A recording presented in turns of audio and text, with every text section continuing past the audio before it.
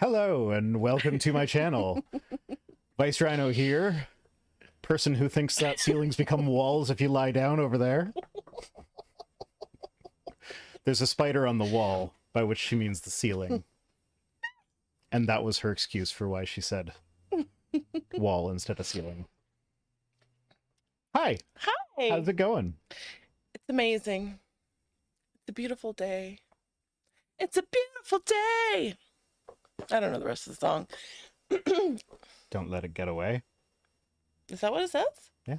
Oh. You're doing the U2 song, right? Not Yeah. like the Mr. Rogers. Like, it's a beautiful day in the neighborhood. Ooh, that's a good one. Beautiful. Yeah, I'm not a fan of U2 really. So once upon a time on Apple Music, you could like download a song for free a month. Like they would have a highlighted song. It's like, hey, download it. And then one day I woke up and I had like this whole U2 album. I'm like, how did I get this? I don't know. How did I get this? Because I would never do that. I know that was a big scandal. I was like, I don't use iTunes, and I heard about this. like, I was so mad because then it was in my mix. I'm like, get out of my mix. I don't want you. So yeah. You don't want U2? I want you to, but Ooh. not them I'm to. only one person.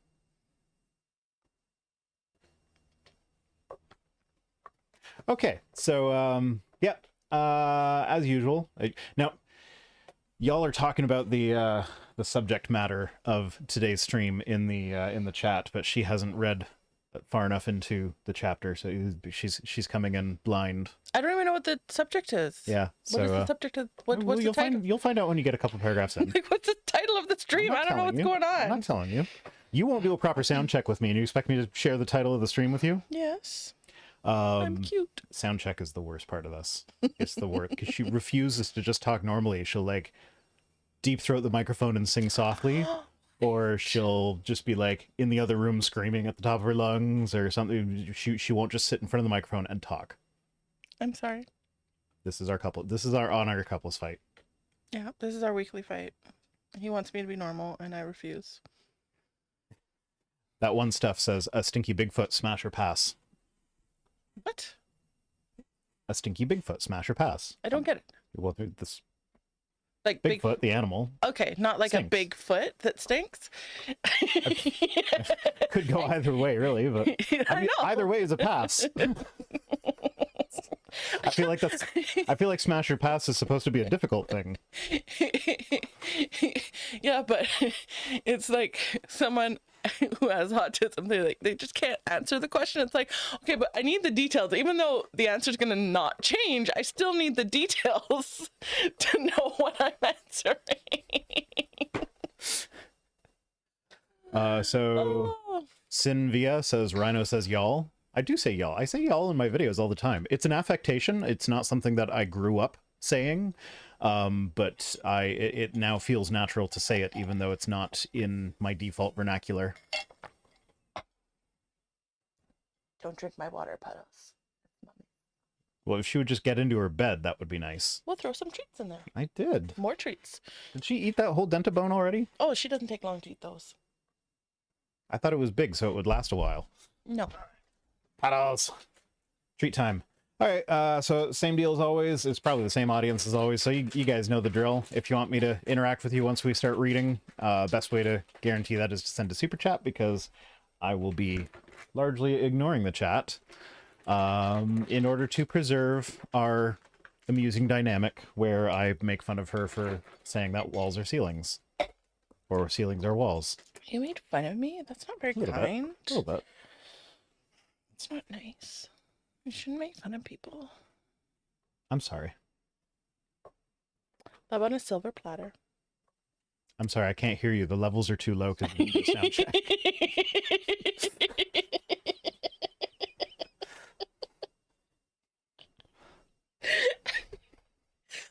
Love on a silver platter. Okay. Sarah had been working the night shift at the hospital for 7 days straight. Yeah, as you do when you work in hospitals. Tough job. Yep. On this, her first day off, she was enjoying her third cup of coffee and perusing a crisp new magazine. It was nice having a day when no one needed her attention. I think I'll watch an old movie, she thought to herself, But as Sarah attempted to place the video into the machine, she noticed that the cassette was already in there. Dun, dun, dun. Did her man do that for her? That would be so... No. There was a different cassette in the thing that was getting in the way as she was... Oh. So for the younger members of the audience, a video cassette was like this big black rectangle thing with like a tape that wound between two spools that you stuck inside a device called a VCR that would then like pull the tape out of it and run it over a magnetic head and make a picture on your TV screen. It's an older version of a DVD player. We old, y'all. The end. She pressed eject and stared wide-eyed at the video that emerged. Her heart raced and her... What could it be? Was it porn? Her heart raced and her emotions were an algorithm of rage and disappointment. She reached for her car keys. Rage against the dying of the cum. She reached for her car keys with the video in hand and stormed to her husband's office. Oh! No. Wait. She actually drove to her husband. So her husband is working outside the home and she grabbed her car keys and drove there. Yes. Presumably because he watched porn. We don't know yet. Do we not have telephones? Oh, no. The telephone was invented before VCRs. No. This is not a telephone conversation. No, it's a wait till he gets home from work conversation. No. Or in the era of DVDs, it's a send a text saying we need to talk and don't follow it up with anything. No. He's cheating on her by watching porn, so she needs to go and sort this shit out. Puddles is gone again. She refuses to cooperate with the Puddles cam anymore. She's like, I won't let you monetize my body. Yeah. Mommy. Okay. Randy, she said through clenched teeth. His name is Randy. Randy. Because he got a bit too Randy. Maybe. I mean, we don't know yet. Do I make you Randy, baby? Yes, you do. Those movies don't hold up well. Don't watch them. Look what I found in the VCR this morning. While I was at work, you were supposed to be keeping an eye on the boys. Apparently, Brad rented a You really think that's what happened, sweetheart? Yeah, the underage kid rented a porno because they totally let you do that at the movie stores. Apparently, Brad rented a porn film and watched it after you went to bed. Okay, first of all, I don't think they even rented porn in normal video stores. Like, you had to go... No, they did. Oh, did they? There was a back section that you had to go to, but they would, you'd have to show ID to be let back in there. Yeah, because that's what I was going to say. Now, if you found a video store with, an irresponsible 19-year-old behind the counter, he probably wouldn't make you show your ID to go, he'd let the kids go back there and whatever.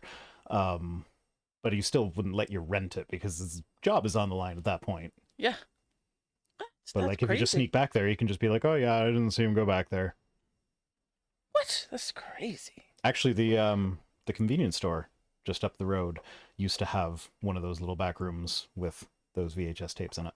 Yeah, but convenience stores have always been sketchy. Yeah. We don't know what's going on. The one behind us that... The money laundering facility. I said nothing, first of all. I just say that they're not open half the time and there's no products in there and they don't sell gas, but somehow they're still running. I don't know what's going on. They sell really good ice cream. That's all I know. Well, I don't know about the kids think it's really good. It's Chapman's. It's mediocre. Yeah, I don't like Chapman's. I like soft serve. They sold me soft serve, and that's all that matters. Okay, so apparently their underage son rented porn, she thinks. Look at this, she screamed. An X-rated movie about a teenage orgy. Yep. Sounds like fun. Just what are you going to do about this? He's going to be grounded for life. Just wait until I get my hands on him. So I probably haven't seen that whole movie, but I probably have seen one or two scenes from it. Although it's from the VHS era, so maybe not. I feel like, obviously she's in denial. But it's she's like, okay, it says teenage orgy, so it can't be my husband. It has to be my son. That's what we're going with. And that's she's just really hopeful. What Sarah did not notice was the ashen appearance. Ashen appearance of Randy's face, the downcast. If she didn't notice it, how do you know? How do you know, Sharon? How do you know? Because Randy told her later? Yeah. Randy said I had an ashen face and downcast eyes. Sarah didn't notice. Who told? Well, he probably said I was super embarrassed and Right. couldn't make eye contact, from which she is now adding literary flourish. Given how boring the rest of her writing is, I'll grant her this one. But you can't say the person, you're not writing. This was the one day she opened a thesaurus and she's like, ooh, ashen, that's a new one, I'll use that. But the thing is that she's not writing fiction. She's supposed to be like writing a true story. Okay, but you can add flourish to true stories and it's still a true story. No. I still think it's funny that his name is Randy. Randy Randy got too randy, no, so he rented a because video. now my mind is like, but she didn't notice. Who told her? How did we find this out? That's what my brain does. That's what my brain does, okay? No. And the beads of precipitation. Who was it? When you said beads, my mind went elsewhere given the subject matter so far. Like, it's teen orgy with beads. Ooh.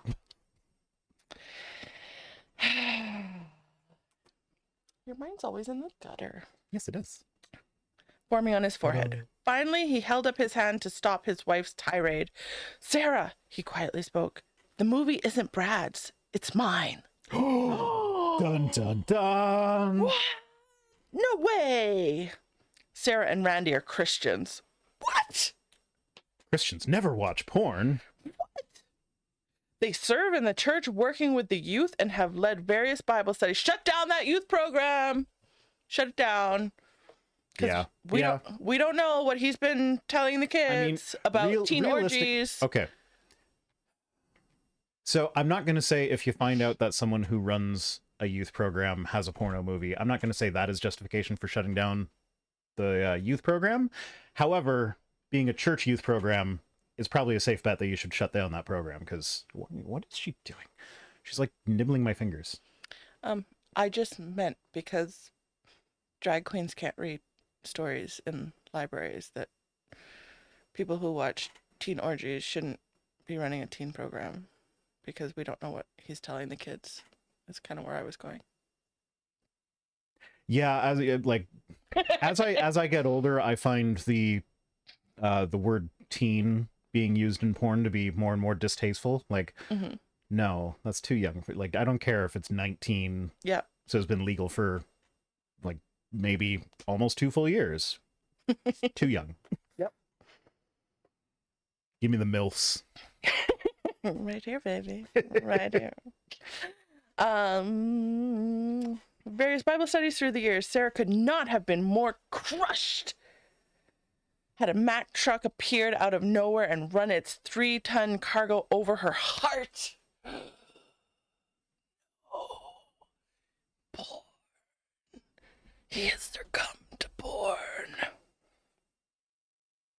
We're going to hell, by the way. What does the wife of his dreams do in this situation? What would you do? The woman of my dreams is like, sweet, you want to watch it together? Minus the teen port. Yeah. Yeah. True story. What did Sarah do? How does a woman continue in her marriage after such a betrayal? Oh my God. Oh. I know, marriage ending shit right there. Oh. How does a woman forgive a man who has pledged to love her for the rest of her days? He didn't say he didn't love you. He didn't say that he loved them either. I hope he didn't. What is going on here? That sounds like the premise for a comedy. I fell in love with a porn star, but it's like someone that you've never met. Sorry, we gotta get divorced now. Forgiveness. It's a tough subject. However, we will never be the wife of his dreams without it. I can go with this one. Yeah, okay, but like forgiveness for things that are actually something that requires forgiveness. Like, I forgot to make sure the kids did their chores before they went to the library today. Do you forgive me for that? I don't know. That's a rough one. That is a rough one, depending on how stressed I get after this when I yell at them through their chores. Maybe they had like this pledge in their vows, and I vowed to never watch porn because I only love you, and so he broke his vow to her. So I feel like if you put that in your marriage vows, that's a type of fetish in and of itself, because like, you don't need to say in front of a bunch of other people, a bunch of your friends and family, that like, I promise to never watch porn. Like, to me, that's like, I'm getting off on the idea of them hearing me talk about watching porn. Or it could have been maybe I'll never masturbate to anybody but you, which is same a lie. thing. Same thing. A That's lie. putting fetishes in your wedding vows. Like, Yeah. no, keep Well, that shit to yourselves. I don't know. She's just really angry right now about porn. Let me say something right from the beginning as I begin this chapter on forgiveness.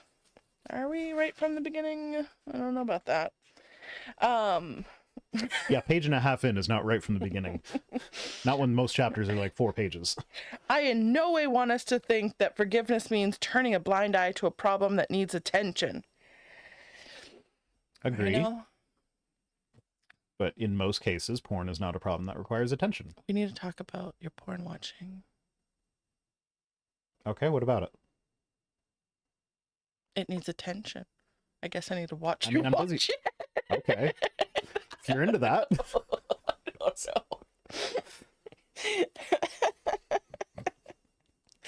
Pornography, alcohol. So in the early days, we don't do it so much anymore. Maybe we should get back into that. But in the early days of our relationship, there was a lot of sending back and forth with pictures of like, I like these boobs. I also like these boobs. Of course you want me to get back into that. So like, sharing can be a bonding experience. Sharing is caring. I do like boobs. Boobs are nice. Why are boobs so nice? They just are. Everybody loves boobs. Boobs are good. Okay.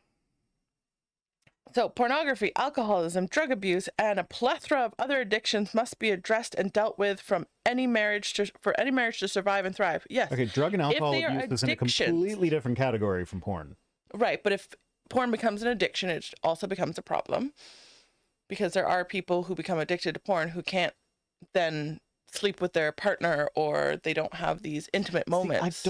I think it's been a while since I've actually looked into this, but my understanding is that in the literature, there is really no such thing as sex addiction or porn addiction, because it doesn't have the same like withdrawal hallmarks or things of that nature. But like it can be a compulsion obsession. Or an obsession. Yeah. Yes. So like excessive porn use, yes, can be a problem. Yes. But it's like, she found one videotape that's not on a night where she like wasn't... when she was working 7 days a week. Yeah. It's like, well, she's gone. I'm not having my intimate time. Yeah. So like, it's okay. Maybe they just need, after this many days you can watch porn, but not before that. See, my thing would be like, as far as you're concerned, like whatever you could, care. Yeah, like you could. Well, so from the male perspective, there is a performance thing, whereas like if I just masturbate and then you pop in and we're like, are you ready for some sexy time? I'm like, no, I need like 20 minutes now, and then the mood will be gone. So like, if that happens accidentally because I didn't know you were available or something like that, then sure, fine, whatever. But like, if that's a regular occurrence, yeah, then that is when it becomes problematic. So like, you have to. So as the guy with the penis, I do have to kind of plan things out so that if, yeah, okay, it's again, as I stated last week, this is the TMI stream. So what you're telling me is, men know how to plan ahead. Well, we know how to plan that head. Wah, wah, wah.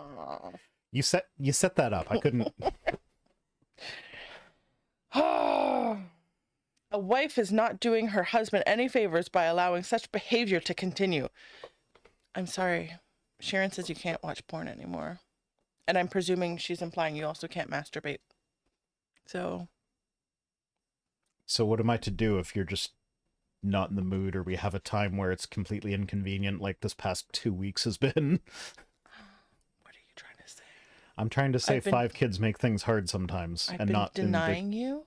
That came out wrong. No, and not fulfilling my sorry, wifely duty. No. I have to address this. The way I said that could be very, very badly interpreted. I did not mean that kind of hard.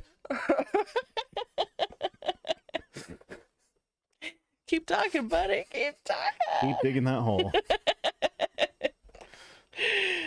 Damn it. Yeah, can't allow your behavior. Sharon says, nope, not happening. So you're just gonna have to hold it in. Sorry. I'll hold it in. To ignore such behavior is to enable sin to deposit droplets of poison into the man's soul. Well, there's some droplets being deposited, that's for sure. Come on, Sharon, you're making it too easy for him over They there. always do. They always do. You need Jesus to fill up that God-shaped hole in your heart. We all need Jesus to come inside us. That would be Come, interesting. Lord Jesus, come. I would like a magical being to come inside me and see what happens. Like, that might be kind of cool. Feel like that would result in a pregnancy, because that's usually what happens in the ancient myths. Oh, damn it. No, we don't need any more of those. No, especially not one with superpowers. Yeah. That would But be... It would be cool when they're an adult, but as a kid, that'd be rough. Can you Could you imagine yours with superpowers? Oh my god. Mine with superpowers would just use it to be extra lazy. Which is cool, because that would be efficiency at that point. Yeah, it's like, okay, well, I can't be lazy until my chores are done. Fine, I'll use my super speed to do my chores really fast. Like, Yeah. that's how mine would use it. Yeah. Mine would use it for world domination. Yes.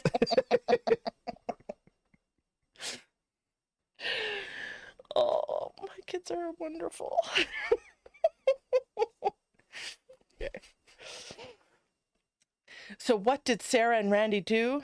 They went before the elders of the church. Do you involve a bunch of old men in your sex lives? I was just about to say, like, how many people are going to them, like, talking about their sex lives? Is this something that they thoroughly enjoy? Oh, so Kneel fun fact, before us. So I just remembered, and Yeah. this is kind of apropos with this story, is that there's a comedy song by a guy named Julian Smith called "I'd Rather Eat Randy." If you want to, feel free. Yeah, well, this guy's name is Randy. And I will not stop you if that's it's what you want. he's the same guy who did the jellyfish song that I showed to your kids the other day. Yeah. I'd Rather Eat Randy is more interesting.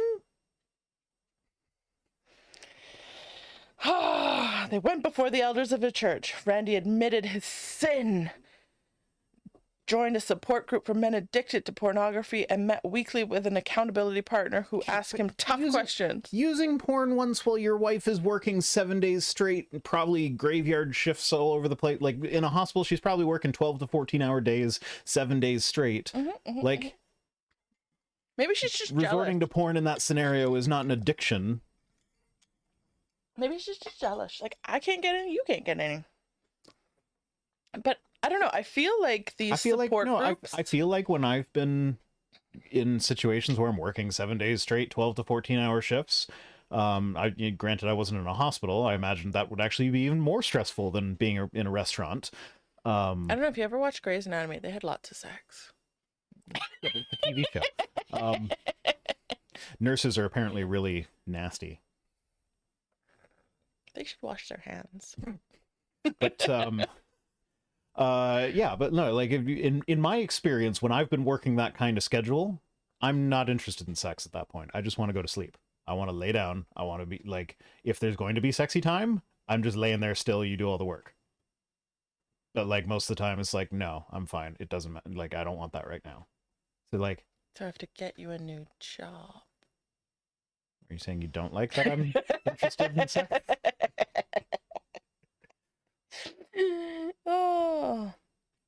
So, but I feel like, I don't know, if I was in one of these support groups, I'd be like, I'd find myself a buddy. Hey, we'll call each other partners, and then we'll just, say, oh yeah, he's at my house for support right now. So, okay, fun fact. You know how Mormons go on missions when they're like 18 years old or whatever, to like they'll go travel somewhere and spend 2 Yes, years I've knocking on doors? I met many of them knocking on my door. Really? In this area or? No, back home. Okay, because they don't come here, which is unfortunate because they have a thing in Mormonism where like if somebody asks you for help with something, you have to do it. So like to have one of them knock on the door, be like, ooh, no, I'm not interested in hearing about your religion, but do you mind helping me weed the garden? What? That would be amazing. Why did I not know this ahead of time? And what's great about that is like it seems kind of exploitative. Like this person is being forced to do my bidding. Ooh, a dog back. that like this person is being forced by their religion to do my bidding. But from my understanding is that they actually really, really like it when people do that because it breaks up the monotony of knocking on doors and having them slammed in your face. Oh. But anyways, back to what I was about to say, but while they're on their mission, they are not allowed to use the bathroom with the door closed. And they have to live in communal housing. Because if you use the bathroom with the door closed, you might be masturbating. So what about when they're showering? Do they have to have the shower curtain open too? I don't know. I imagine they probably the elder that's in charge of their mission has a timer going. And if you take longer than like 5 minutes in the shower, they come and get you or something. I don't know. He's watching you shower? I don't know Red all the flags details. everywhere. I just know that like when you learn the ins and outs of how Mormonism works, it becomes more and more culty. Like they'll tell you they're not a cult. And, you know, it's a religion with official status, and often they're not considered cults. But, like, if you look up, like, if you Google, is Mormonism a cult, you'll probably find official sources say, like, oh, well, no, definitionally they're not a cult because they're accepted by this many people or whatever, just by the numbers. But, like, if you look at the bite model, it's very culty. I don't know. I'm already in my head planning. I'm going to, like, message all my family and be like, hey, when they come knocking on your door, you can ask them to do whatever you want. They can do your laundry, mop your floor, like... And they'll appreciate that. I'm not gonna lie, probably true. Yeah, like if I had to go knocking on doors all day every day, and everybody is just being like, everybody hates door knockers, so Yeah. everybody's just being like, But I'm just thinking, if someone's like, hey, if somebody's like, hey, you want a break from knocking on doors? You can weed my garden. Hell yeah, man. yeah. But like, even if you come in and mop my house, and I'm sitting there watching TV, and then we start chatting, and like, so the constant rejection, that's actually part of why it's culty. Like they're knocking on doors ostensibly to bring converts, but what they really want is for these kids to experience the constant rejection of the world, so that when they are back in the folds of Mormonism and being accepted and loved for not who they are, but like who the church thinks they are, they feel better about it. Like, well, I can't leave Mormonism even if I'm having doubts because I've been to the world. They constantly reject me. So yeah, why do we torture our children so? that's actually reason to be nice to the Mormons that are there. Like, they're kids that are in the process of being brainwashed. And it's very sad. And we make jokes about it, and the jokes can be fun sometimes, but, like, it's actually really sad. It is. Now I'm sad. Anyway, back to the porn. I'm like, now I want to invite them into my house and ask them if they would like some freedom. And they'll say no. Somebody might say yes. Yeah, maybe. He has installed a program on his computer that tracks the sites he visits, and a report of internet history is sent to his accountability partner and his wife weekly. I have a video on my channel that the pastor is giving a sermon about how, like, his wife has control over his phones. He can't install an app on his phone without his wife putting in a password. What about her phone? Is it like vice versa? Like, I do yours, you do mine? Well, no, because women just aren't interested in porn, you see. Mm-hmm. Yep, very true, very true. We don't like it at all. It's only men that like porn. Only men. Only men. Yep. Yes, they took steps to deal with Randy's sin. But one of the greatest steps of faith occurred when Sarah decided to forgive and trust him again. Does that mean that he didn't have to send her his weekly reports? Yeah, it's not trust if you have complete lockdown on his computer and phone. Was it difficult? And, you like, bet. Do you have lockdown on the video store? He can still go rent them. You still work at a hospital, so presumably you're still working long hours. No, she quit her job so she can monitor him and his sins so he doesn't go to hell. It wouldn't surprise me if that's what Sharon was advocating for. Was it possible? Oh, sorry, was it impossible? Not through Christ.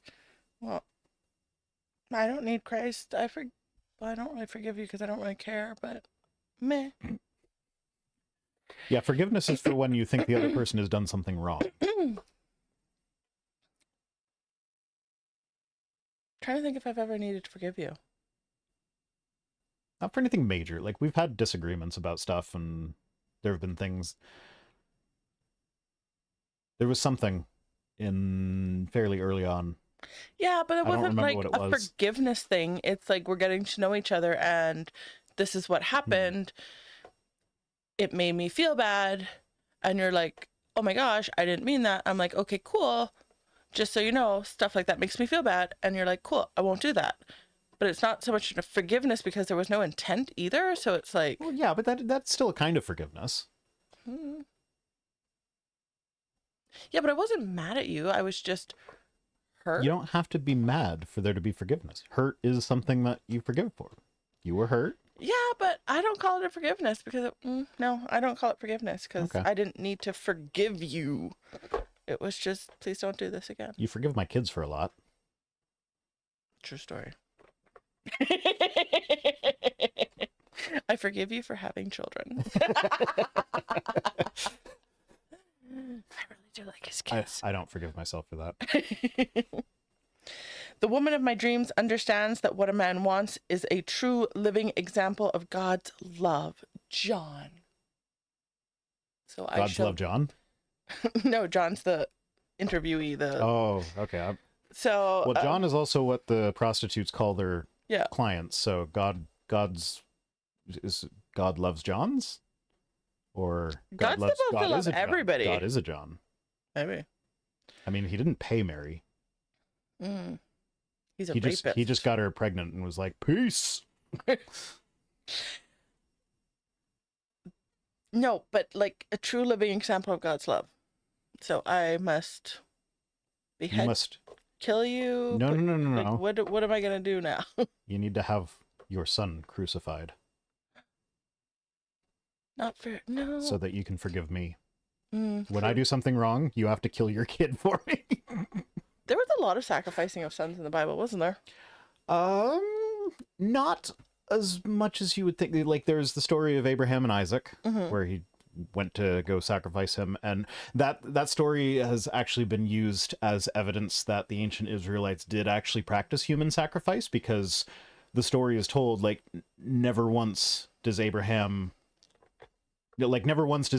think like, oh, it's kind of out of character for God to demand a human sacrifice. It was just like, okay, God's asking for a human sacrifice. That's something he does sometimes, so I'm going to go do it. So that's the kind of love that you want? Yeah, but then there's also, like, when people talk about how the ancient Israelites might have done human sacrifice or whatever, they'll often dismiss it and be like, no, they didn't. Because, like, you know, Abraham was just being super obedient. It's not that he didn't think it was weird for God to ask that. It was that he was just, like, obeying without question, because that's what you're supposed to do. Because, you know, I was just following orders has such a great ring to it, historically speaking. But then you get to Judges chapter 11, where you get Jephthah's daughter, where Jephthah goes off to war and he's like, God, if you help me win in battle, I promise I will sacrifice the first thing that comes out of my house to greet me when I get home.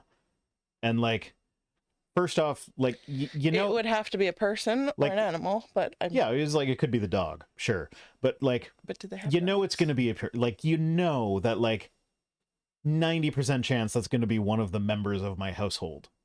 And maybe then, he was hoping for like a slave or a servant. Maybe, but yeah, no, Jephthah's I mean, either daughter, way, it's still a person. But yeah, I know, but Jephthah's daughter was the first one out when he got home, and instead of God intervening and being like, no, I don't do the human sacrifice thing, maybe like kill a goat instead, he followed through with it. After he gave her like 2 months to go out in the mountains and mourn the fact that she never got laid. I wouldn't be in the mountains mourning that. I'd be in the streets.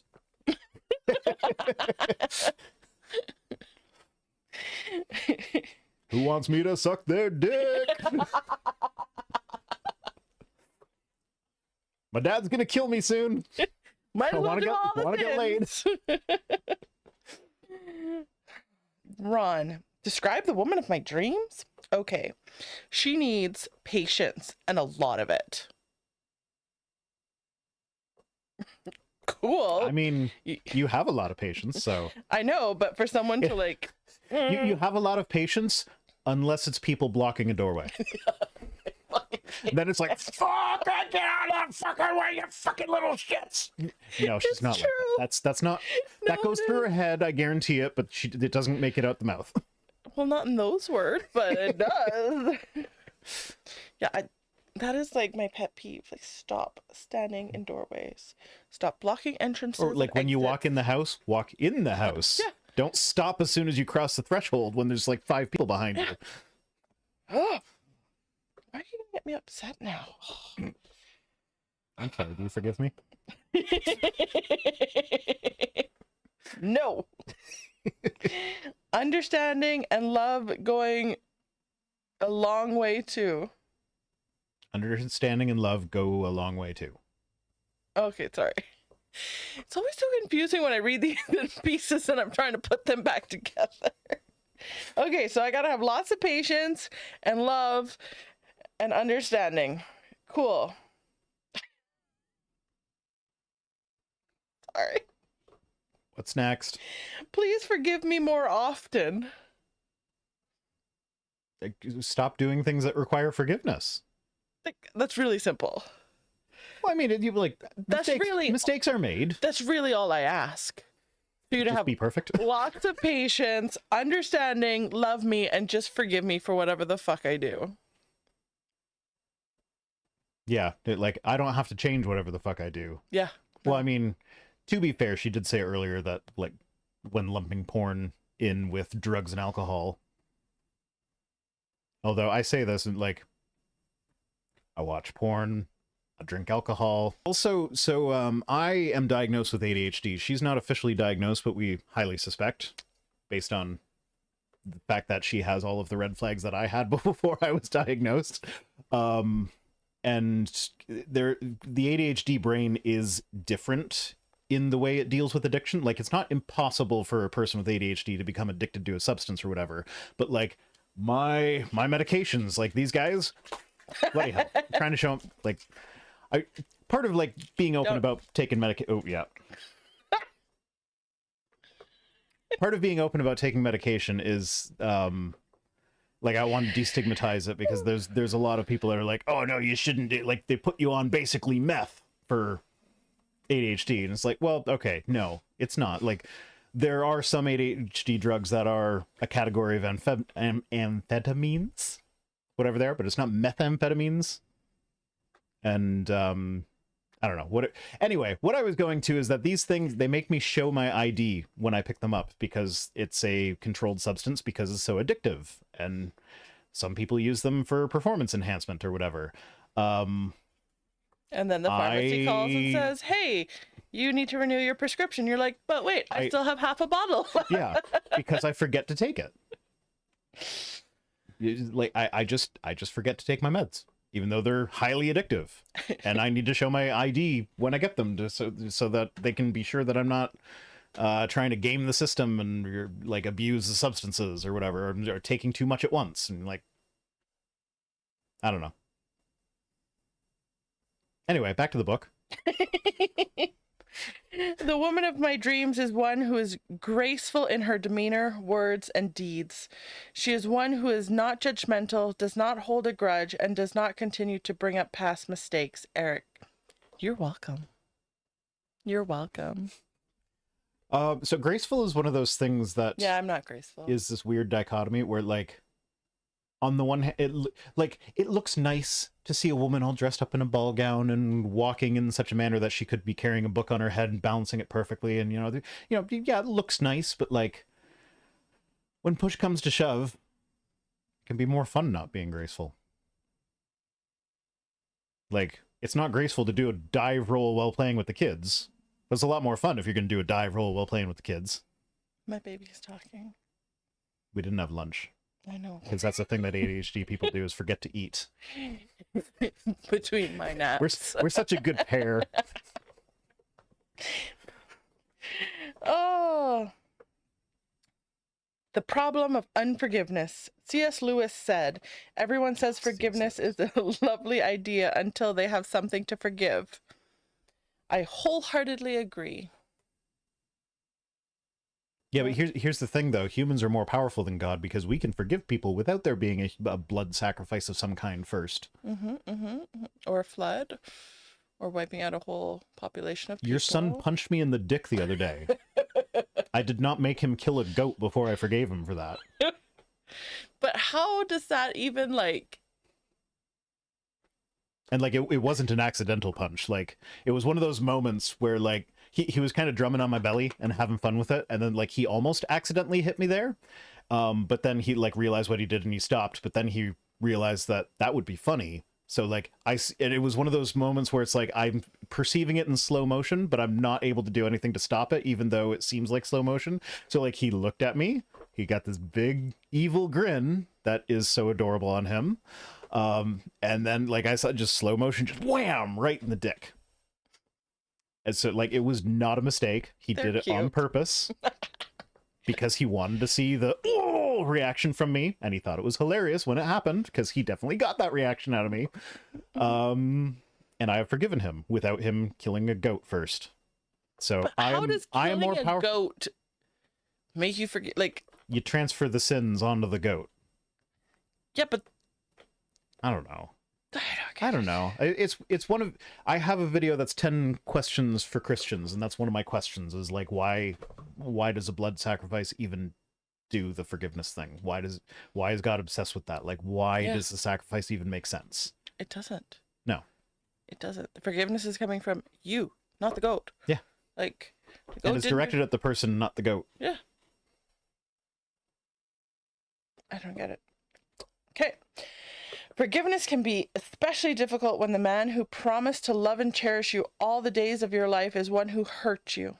Yeah, it can be. Very true. But what is more difficult is to have the marriage of your dreams without it. Would it really be the marriage of your dreams if there's no room for forgiveness? That's what I'm thinking. And like definitionally, that just seems impossible. True story. Unforgiveness is a spider that will suck the very lifeblood from your relationship. Spiders are great. Don't demean spiders. Like, where'd he go? I don't know. Like, they're great when they're not near me. I recognize intellectually that spiders are great, but emotionally, that's a lot of legs. Keep them away from me. True story. Paul wrote, I have forgiven in the sight of Christ for your sake, in order that Satan might not outwit us, for we are not unaware of his schemes. 2 Corinthians 2:10 through 11. So if Satan's schemes are to get there to be not forgiveness, then it seems to me like God not just forgiving everybody is playing into Satan's hand. But if everybody knows Satan's schemes, how does everybody keep falling for it? Because the greatest lie the devil ever told was that he doesn't exist. If you don't believe that Satan is real, then you can know his schemes and still fall into them. I watch porn even though Satan wants me to watch porn. It's his scheme to trap my soul. And I watched porn when I was a Christian too. So maybe it's because I watched porn that I became an atheist. No! Gateway. It's not. Gateway. It's not. I didn't... So here's the thing. People will say that. Like, they'll be like, oh, you became an atheist because you didn't want to feel guilty about your porn habit anymore. It's like, no, that's not how that works. If I still believed that God existed and just made the conscious decision to stop being a Christian, to stop believing that God existed, like that's not how belief works. Like, that would be the equivalent of... I actually made this... comparison in one of my videos when it was more relevant. It hasn't really happened recently, but when you and your kids first moved in, and when like they would do something and be in trouble or whatever, they'd be like, no, you can't tell me that not to do that because this is my house now. And so it would like, that is the equivalent of an atheist actually believing in God, but being like, I'm going to pretend like I don't believe in God so that I don't have to feel guilty for this thing that God doesn't want me to do. It's like, no, that doesn't actually change anything about the situation. No. That's just being a petulant child. And it's like, yeah, I know a lot of apologists view atheists as petulant children, but like, that's like, give us more credit than that. That's not how any atheist thinks. No. That's like, if you want to get away with the sin without feeling guilty, being a Christian is the way to do that, because then you do the sin, then you're like, oh, I feel guilty. God forgive me. Okay, I'm absolved. No more guilt. No more guilt. No more guilt. Chad Stewart says groin boop. Boop. Other Bible translations say, oh, apparently one's not enough. We are not ignorant of his devices, and we are not ignorant of his wiles and intentions. Cool. Satan does not, or Satan does, Satan's wiles. I thought we were talking about God's wiles. no, Satan's wiles. Satan does a happy dance when we are wronged, but he throws an all-out celebration when we don't forgive. Just occurred to me. They're against porn. Mm-hmm. There's a whole book of the Bible that's an erotic poem. Oh, the gazelles and the Donkey Kongs. Talking about how sexy her boobs are and using, like, there's metaphors for oral sex in there. Because someone decided this book is boring. We got to add some spice in here. Amongst all the murder and war and backstabbing, we got to add some sexy time in here. Yeah. Yeah, but it's like the Bible literally contains porn. Like, it's literary porn. It's still porn. Like, Christians will probably, like, the same Christians who are against porn will probably also be against you going to literotica.com and reading their erotic stories. Literotica? Literotica.com. It's like a tongue twister. Literotica. It's a community-based erotic story thing where you can go and read erotic stories that other people have written, and it's mostly garbage. Literotica. Well, he knows that as long as we hold a grudge, our earthly example of Christ and the church, our marriage, will be marred, and we will never experience the oneness God intended. One, oh, one, the only way is one. I don't know that song. It's One by Creed. I still don't know that song. That was like their biggest hit. Was it? Yeah. No. Yeah. No. In his book, What's So Amazing About Grace, Philip Yancey said, if we do not... sounds sweet. That's what's amazing about it. If we do not transcend nature, we remain bound to the people we cannot forgive, held in their vice grip.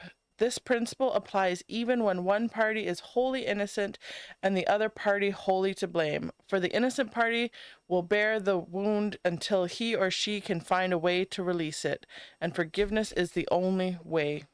I don't know. I feel like masturbation would help too.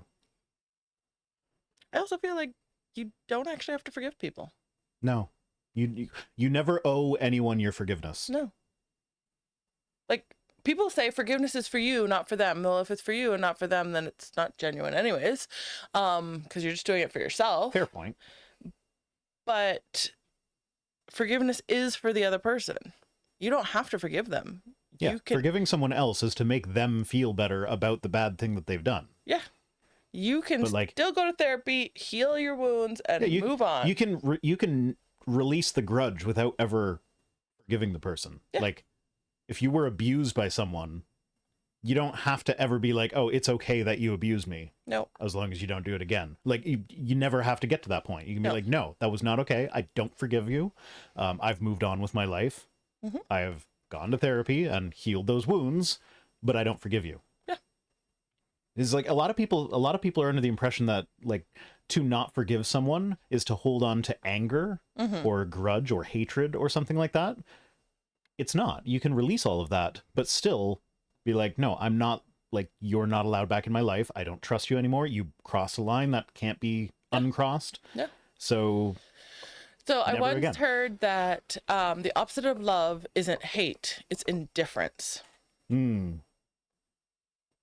So people think that if you don't forgive, you're still hating. Well, no, I'm just indifferent to you and I no longer need you in my life. I'm not sure I'd agree that indifference is the opposite of love, but that's definitely, your point is well taken. Thanks. Your point is also well taken. Most days. Damn it, I forgot to mark my spot. Oh, Henry and Richard Blackaby explain, bitterness has a tenacious way of taking root within the soul and resisting all efforts to weed it out. Like those weeds outside. Dear Lord. Yeah, no, the bindweed is tenacious. Mm-hmm. Time rather than diminishing the hurt only seems to sharpen the pain. No, that's not how that works. I mean, certainly there are some scenarios where time, like it says time heals all wounds. No, time doesn't heal all wounds, but like the pain will never be as sharp as the moment when it first happens. I don't know. That's not necessarily true either. Because, I mean, some people just go numb in the moment, and then when they go back and reflect on it is when they feel the pain. Yeah. Okay, so that's not necessarily true.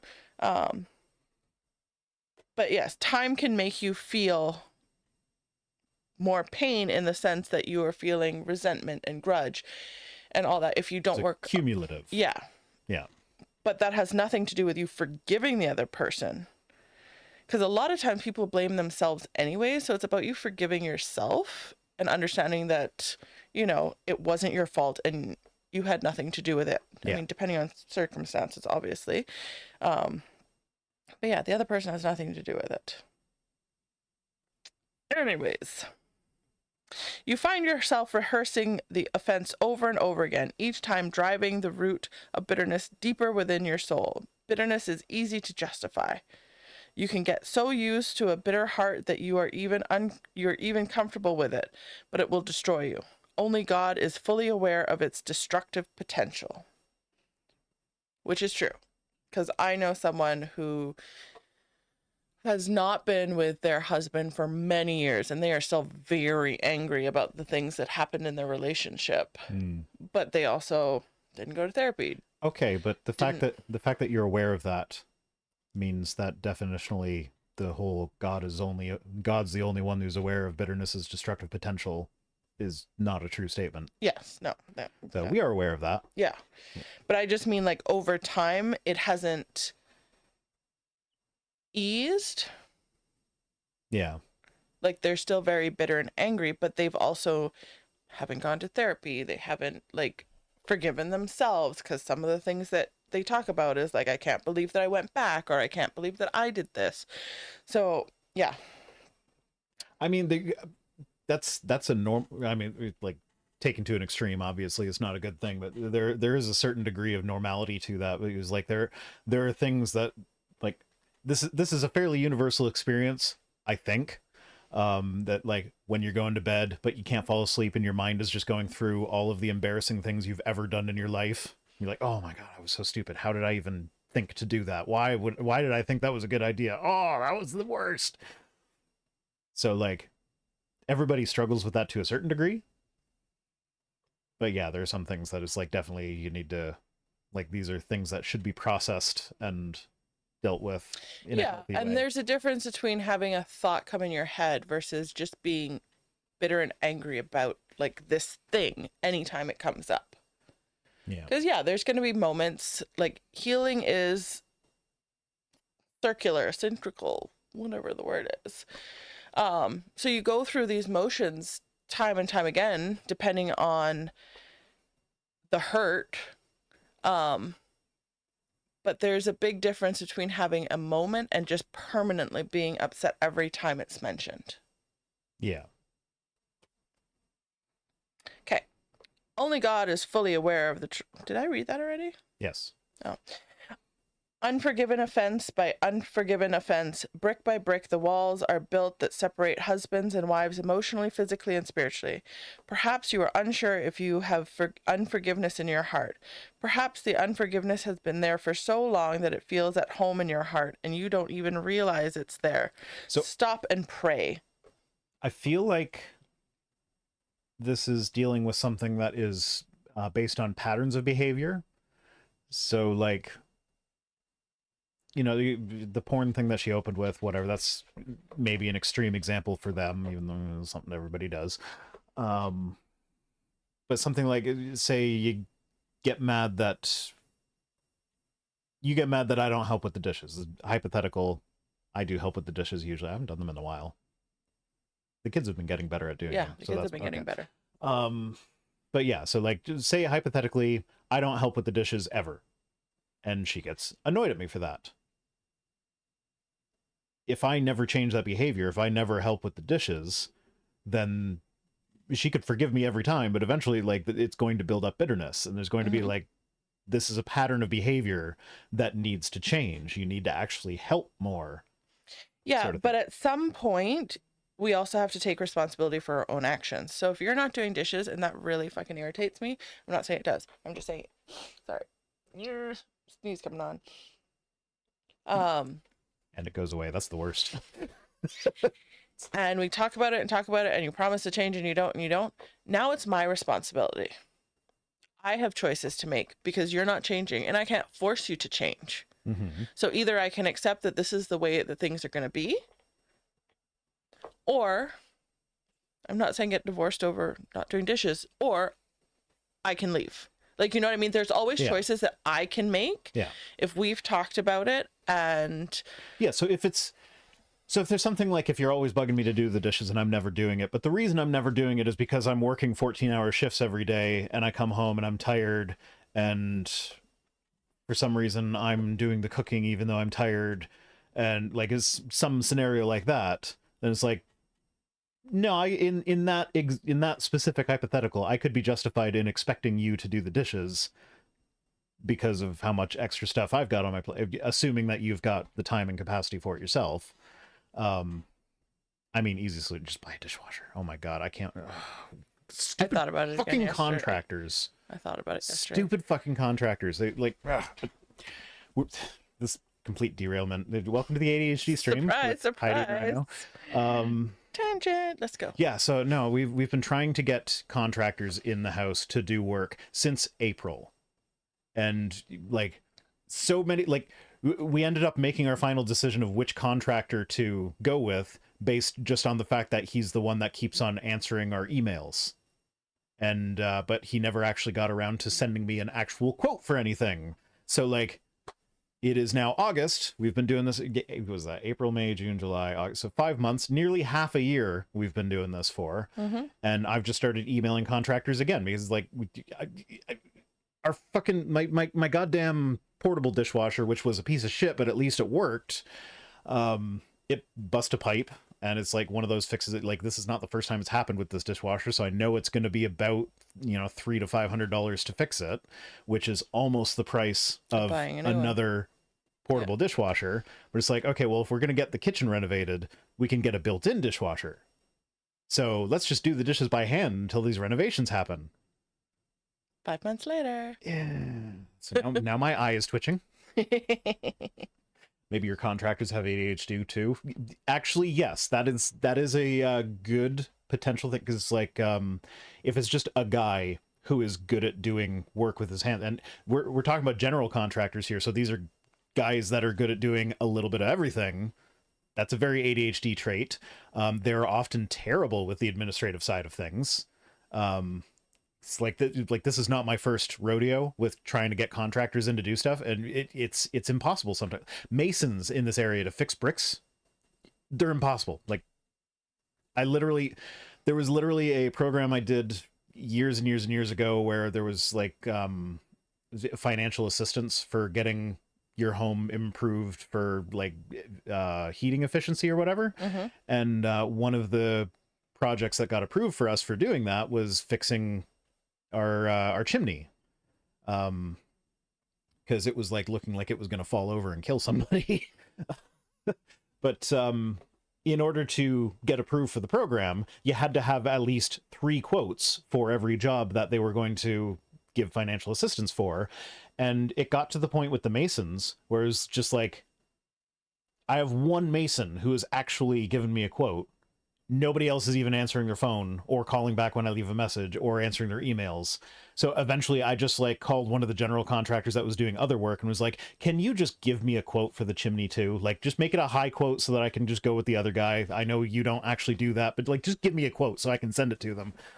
And it was so frustrating. So anyway, that's my ADHD rant on contractors for the day. Are we done? Not the book. How much more do we have? Oh. This is the long one. We've already been going for an hour. Psalms 139, 23 to 24. Speed round. Search me, O God, and know my heart. Test me and know my anxious thoughts. See if there's any offensive way in me, and lead me in the way everlasting. Which psalm was that one? 139, 23 through 24. If God brings something to your mind, deal with it quickly and completely. Oh, it's not that one. I thought that was the psalm that ended with happy is he who takes your young ones and dashes them upon the rocks. Why are we dashing tiny people on rocks? That psalm was a psalm that was written when the Israelites were in exile. It was during the Babylonian exile, and so it was a poem of vengeance against their captors, which in historical context, in cultural context, is actually a fascinating thing to read and understand. But if you look at this book as being the word of God, who is supposed to be love, having a verse in there about being happy about throwing babies against rocks to kill them doesn't look good on God. Dear Lord. A group of computer experts came together to try to decide whether computers ought to be referred to as male or female. 137.9. Happy is the one who seizes your infants and dashes them against the rocks. So, sorry, computers have penises now? Is that what we're going with? Well, we're trying. Computers are female because you stick the disks in the computer. You stick your hard drive inside the computer. Is that legit? Is that what we came up with? That's what I'm saying. Oh. No, these computer people are trying to decide if they are male or female. Like sailors who refer to their ship as she. The computer can identify however the computer wants to identify. Nowadays they regardless can. Of the hardware. The programmers didn't want to call their beloved machines an it. The females gathered in one room and the males in another. The woman decided the computer should be referred to as he for the following reasons. I feel like this isn't a true story. I feel like this is a stupid story. Yeah. In order to get their attention, you have to turn them on. Oh, so this is going to be one of those like super sexist joke moments. Yeah. They have a lot of data but are still clueless. They are supposed to help you solve problems, but half the time they are the problem. As soon as you commit to one, you realize that if you had waited a little longer, you could have had a better model. So here's the thing that they probably won't like with this stereotype, at least not what they're choosing to identify them as men, or male rather. Computers follow your instructions exactly. And if they do something wrong, it's because you gave the instructions wrong, or they got the wrong instruction. It's not because they did it wrong. Well, let's see what the men had to say. They call it women because they're temperamental and crash all the time. I don't know. They're unstable. The men, on the other hand, thought that they should be referred to as she because no one but their creator understands their internal logic. That's not true at all. Programmers have to understand the internal logic of a computer in order to do their job. That's what I'm saying. They're saying their creators are the only ones the programmers are not the people who created the computer. The people who create the computer, well, okay, it's a big team effort, but like, if you just consider the processor, it's the people that are working in Taiwan at TSMC that are designing these processors. The native language they use to communicate with other computers is incomprehensible to everyone else. No, it's not. You can learn how to read, what's it called? Base code? Base language? I don't know. It's been a while since I went to school for programming. As soon as... Did you know? Machine language. That's what it is. Do you know that my first attempt at a degree was in computer programming? Yeah, mine too. I didn't get that one either. I know nothing about computers. My webcam didn't work the other day. Her webcam didn't work and she texted me. Like, my webcam's not working. And the solution was, did you plug it into your computer? Hey, to be fair, you unplugged it from my computer and plugged it into your computer. To be fair, that's something I do every week. And you undo it every week. No, I don't. Well, okay, I do it for you, but you know that it's something that happens. I don't. Shh. I forgive you. Oh, so follow up on last week's video. I have now taken to every now and then I will cup her face in my hands and say, "You love me." And it always makes her laugh. Oh, As soon as you make a commitment to one, you find yourself spending half your paycheck on accessories for it. Even your smallest mistakes are stored in long-term memory for later retrieval. Ouch. I think the men's number 4 really hits home. Oh my God, Sharon, shut the fuck up. Such a stupid example, though. Like, yeah, because like, yeah, the smallest mistake is stored in long-term memory, but like you can delete just it. fix the mistake. Yeah. I say we learn how to press the delete button and even empty out the trash bin. Yeah, that's what they're there for. That's what I just said. Let there be no recycling of the deleted files. I refuse to believe that there was a meeting of a bunch of computer nerds who got together and trying to decide whether a computer was male or female, and nobody made a floppy disk joke or a hard drive joke. True story. Maybe because that was too close to porn, so she had to like omit them. Yeah, well, with those details omitted, that's a less believable story. If she included those details, we could use the criterion of embarrassment to say that that was a true story, because she wouldn't have included those details if it was not true, because those details are embarrassing to her, because she doesn't think those kinds of jokes are funny. She pretends to think that those jokes aren't funny. Let there be no recycling of the deleted files, and pray we aren't smart enough to figure out how to retrieve them from the hard drive. Why don't we want to be smart and know how to like do things? Because learned helplessness is an attractive quality in a woman, apparently. Like me not being able to. Yeah, but you're competent in other areas. To be fair, I actually did go under his desk to make sure it was plugged in, because I didn't realize, like, and it was. I was like, okay, it's plugged into all these cord things, so it's plugged in. Yeah, okay, so it's plugged into a USB hub. See, and if you trace the wire from the USB hub, that's plugged into my computer, not hers, but, like, she just saw that it was plugged in and knows that that's attached to a computer somewhere. Yeah, he was trying to shame me. I always tell ladies who are trying to get organized to clean out their closets with 3 bags. Why 3? She's going to tell you. 1 bag for this, 1 bag for that. I mean, it took us 10 bags to clean out the closet the other day. Why 3? A put-away bag, a throwaway bag, and a giveaway bag. Yeah, that's pretty much what we did. Yeah. The throwaway bag was huge. It was the aforementioned 10 bags. Yeah, I don't do the put away bags. I just do everything's a throwaway bag. I also emphasize that it is important to use bags you cannot see through. Why? You're smiling, because I can tell. Then my kids will see it and be like, but I want to keep that. Yeah, we know, Sharon, we know. Yeah. We tend to go back through the trash and pull things from the bag. Yeah, no, we know. The sweater isn't so bad. Out it comes. Yes, it is. I haven't worn that belt in 10 years, but you never know. I know. Out it comes. Yeah, no, I'm not that person. Once it's in the bag, it's gone. Mm-hmm. It's like a black hole. It doesn't exist anymore. We tend to pull things out of the trash with our marriages as well. So now would be a good time to tell you I throw out your singing bowls? If you did, you're just buying me new ones. I know better than to do that. Okay, good. You almost needed forgiveness there. Oh, I saw this really cool thing that we got to try with my singing bowls. Someone put water in it and then and it was awesome. So we're going to try that. Okay, sure. Yeah. I encourage you to let it go. Let it go.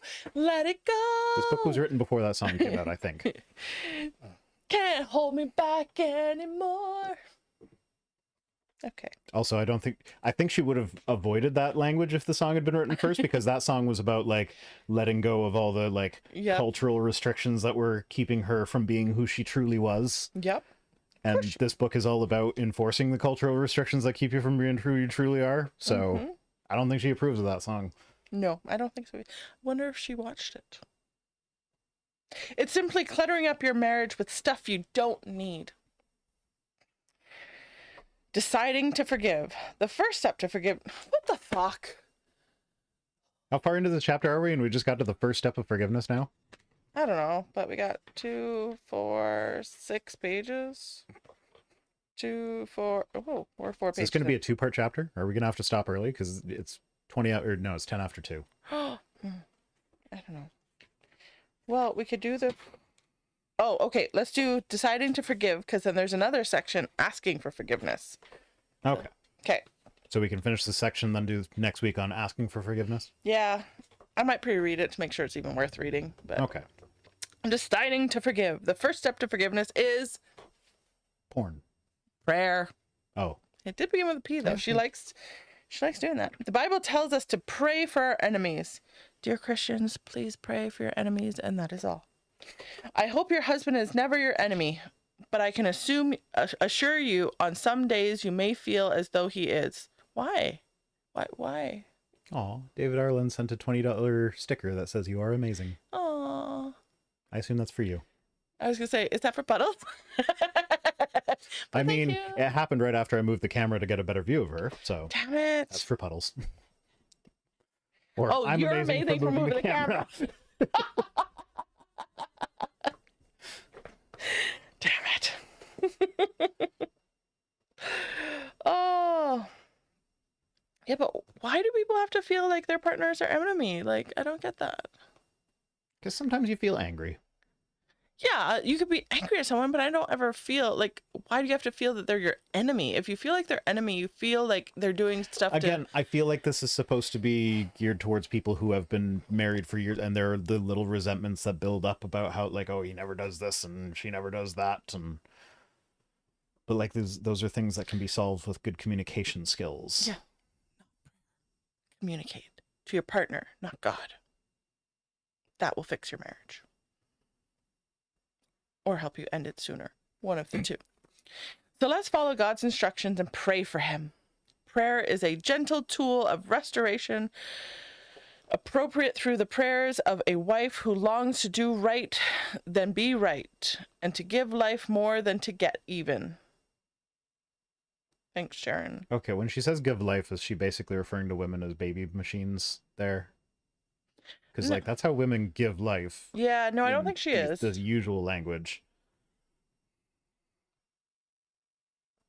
I think life as in, like, happiness and to give... You can't spell happiness without penis. Actually, you can. They're spelled differently. However, I did... So, fun fact, there's an apologist, a creationist named Paul Taylor, who I don't think he does a whole lot, so like he doesn't come across my channel very often, but like the first time I encountered him, I always do like a cursory Google search of the person I'm responding to so that I know like what kind of positions they hold, so I know what kind of arguments to make to respond to them. That's not gonna have them just being like, well, I don't believe that anyway, so so Paul Taylor, when I Googled him, what came up was there's a comedian who does videos on YouTube. And one of the series that he does is a series called What the Fuck, France? Okay. And the first video I saw on it, I forget what the video was called, but it was like all about like weird pronunciation quirks that people from France have. Mm-hmm. One of them is like you pronounce H's that aren't supposed to be there, and you don't pronounce H's that are supposed to be there. Oh, and like Caribbean people. The example used was, I ham French and I have a penis inside me. And then he corrected him and was like, no, you mean, like, what you just said is blah, blah, blah, blah, and he says it in French. What you meant to say was blah, blah, blah. And then the guy, like, turns to him and is like, no, I have a penis inside of me. And then he pulls a dildo out. I'm just like, I don't think that's the Paul Taylor, the Christian apologist. No, probably not. Probably not. Damn it. It may not turn your husband's hardened heart to putty in your hands. Speaking of but penises, it will melt the here's heart. a hardened heart. But it will melt the hardness of a resentment in your own. God is love. Wait, we're supposed to melt hard things inside of each other? No. That sounds like fun. No. No? Please don't melt anything in me. I mean, if we're defining melt as just going soft afterwards. Oh, I wasn't. I was literally thinking of like chocolate melting inside of me, and I'm Ew, like, no. no. Okay, no, I was No. I was not going for I mean, that. in my mouth, yes. But yeah, no. Other things we can melt in your mouth. It doesn't melt. It just keeps getting harder. Where's the M&M with that slogan? God is love. That's just who he is. No, he's not. When you pray for your husband, each prayer plants God is love. Baby, don't hurt me. Don't hurt me. No more singing. No? I mean, are you going to live by that rule? No, never. Okay. When you pray for your husband, each prayer plants a tiny seed full of potential. What a Plant joy seed. to watch the Holy Spirit water the seed that produce a bumper crop of forgiveness. So Sharon's a squirter? That's what I'm getting from this. With any wound comes pain. It can be as small as a pinprick or as large as an anvil falling on your head. Did you watch too much Looney Tunes? Leaving you reeling for days trying to regain your balance. One option is to hide the hurt, stuff it down, and act as though nothing happened. No, we don't do that, No, please. we have good communication skills. Yep. Which That means will that only- you solve the problems before forgiveness is needed, usually. Yeah, there we go. That will only work for so long. No, it doesn't work at all. At all. Until the pent-up pressure causes a Sorry, volcano of emotion. I've been good at avoiding this so far, but Sable Eagle? Sable Eagle? Stable eagle. Something like that. Stable. Stable able. Says that doesn't even count as singing, that counts as begging for a slap in the face. With a whole salmon, sorry. I missed that. Oh. That will only work for so long until the pent-up pressure... Talking about releasing the pent-up pressure. Yes. That's why he had the VHS after she'd been working 7 days, 14-hour shifts. He had the pent-up pressure. It needed to be released. And she didn't have the capacity for that. Causes a volcano of eruption to erupt. A volcano of eruption to erupt. No, Did she- no, that was me. Okay. Volcano of emotion to Oh, erupt. okay. I was gonna say, like, that's kind of repetitive here. Would that surprise you? No, so behind the scenes moment for the video I'm working on right now, I'm working on a Brian Holdsworth video. He's always fun. I have so many screenshots of definitions because that's the kind of guy he is. But one of the things that he says is that like you can't have a definition be circular, which means you can't define things in terms of the thing you're defining. But one of the ways he says you also can't do that, you can't use synonyms in a definition, or that makes it circular. Now, never mind the fact that if you look up the definition for synonym, you'll find it's a word or phrase that means mostly the same, like either exactly the same or mostly the same thing as something else, some other word or phrase, which means that definitionally all definitions are synonyms. Because it's a phrase that means the same thing as the word you're defining. Definitions would be useless if they couldn't use synonyms. You wouldn't be able to define anything. But what's really funny is like he defines, or like he says that like atheists can't define morality without using synonyms. And then he explains it like this is the atheist definition of morality that I've heard. And, you know, they're just using this as a synonym for moral. And then he follows that up by saying, but it's not even a synonym though. It's like, so then it's a valid non-circular definition, you're saying? Because you said you can't use synonyms, and now you're saying it's not a synonym, so there we go. It's a good definition. Winning. Spoilers for... Friday? No, Friday is Deflate. Lucas of Deflate. So this is next Friday. Damn it. Continue reading. Pent-up anger, explosion, erupting emotion, with the hot lava of anger spewing over onto everyone around you.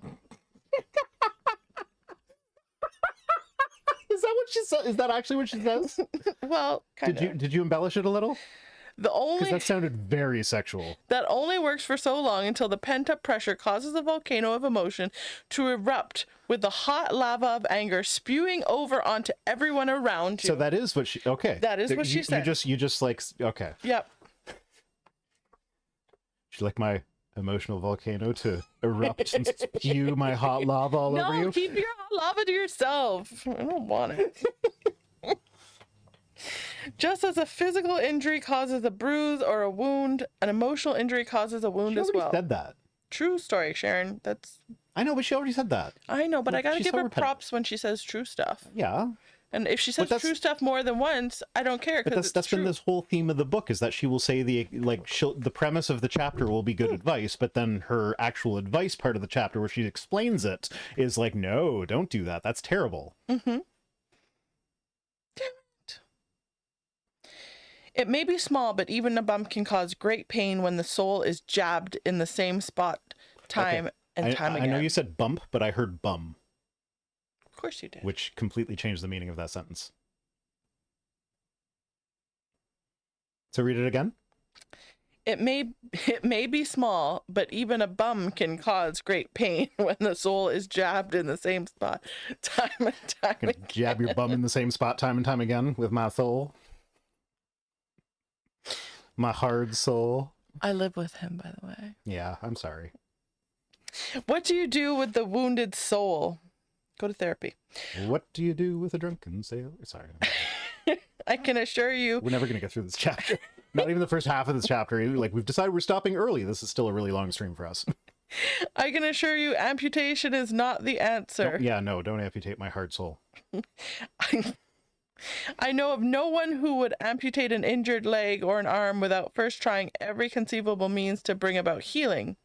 Why then, but then amputation is an acceptable alternative once all those things fail, right? Like, yeah, there are legitimate reasons for amputation. Yeah.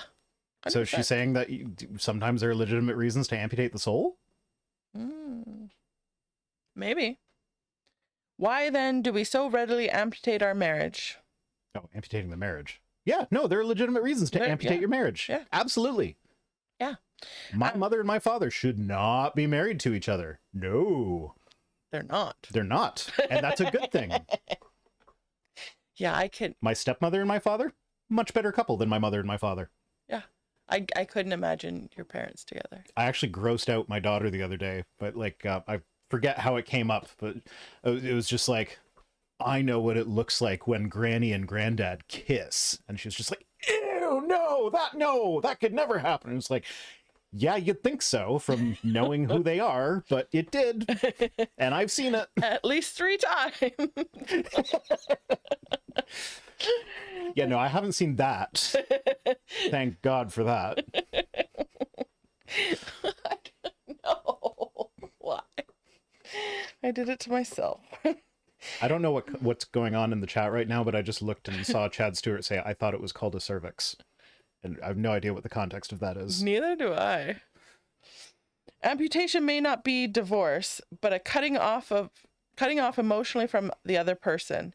Oh, so like there's a news article that I saw circulating on Twitter. That was apparently there's this Japanese couple where the guy hasn't spoken to his wife for like 20 years because she did something wrong 20 years ago, and he just gave her the silent treatment and she never apologized, so he never stopped not talking to her.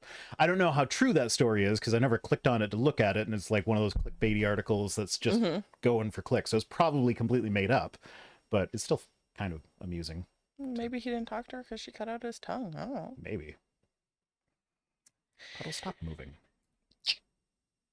For many couples, forgiveness is the first step to bringing life back into a marriage. Yeah, I agree. Some things can be forgiven. The word forgiveness in Greek is apheme. I don't know. Let me see. I might actually know the word. Aphiemi? I don't know. And it means... Eros is a word for erotic love in Greek. I eros you. Shh. You keep telling me that we're going too long. I eros you very much. You would like to eros me. I know. I also agape you. Oh, I agape you too. Dragon Healer says way too kinky. Way too what? Kinky. Ooh. I know he wasn't talking about us being like, I eros you because of the stream delay, but that's when it came up. We're too kinky? Hey, can I just... Okay, read the book. Read the book. Read the damn book. And it means to let go from one's power, possession, to let go, free, let escape. Okay. Yeah. And sometimes that means divorce. That's letting go, divorce. It means to take someone off your hook and place them on God's hook. No, nobody said it meant that. Nobody said it meant that. Is this a fishing metaphor now? It is. Or it's when did hooks come into it? he's on the hook for. Oh. So I guess take him off your hook. I don't know. It is a decision and not a feeling. Does forgiveness mean that we are saying that what the person did was not wrong after all? Quite the contrary. It means we are letting them go free regardless of the offense. No, thank you. Yeah, no, there's some things that don't deserve forgiveness. Yeah. Yep. Like, if I were to ever cheat on you, that is something that, like, you could choose to forgive me for that, but you don't owe forgiveness for that. It could be like, that is a breach of trust. I ain't dealing with that. Bye. And either one of those is acceptable. I would never cheat on you. I know, that's a funny thought. Your daughter doesn't even know how you have a girlfriend.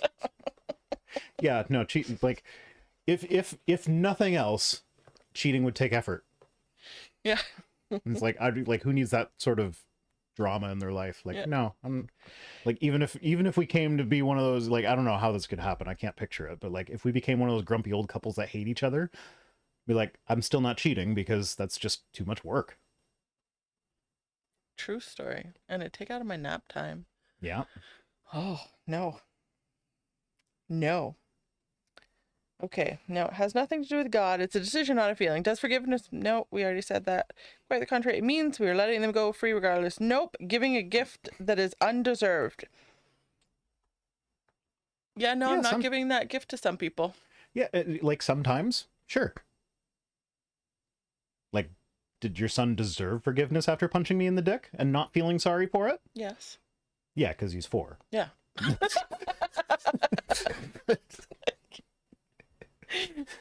His impulse control hasn't developed yet, so yes, he does. Okay, I can't think of any other examples where it's actually... Bad example. Okay.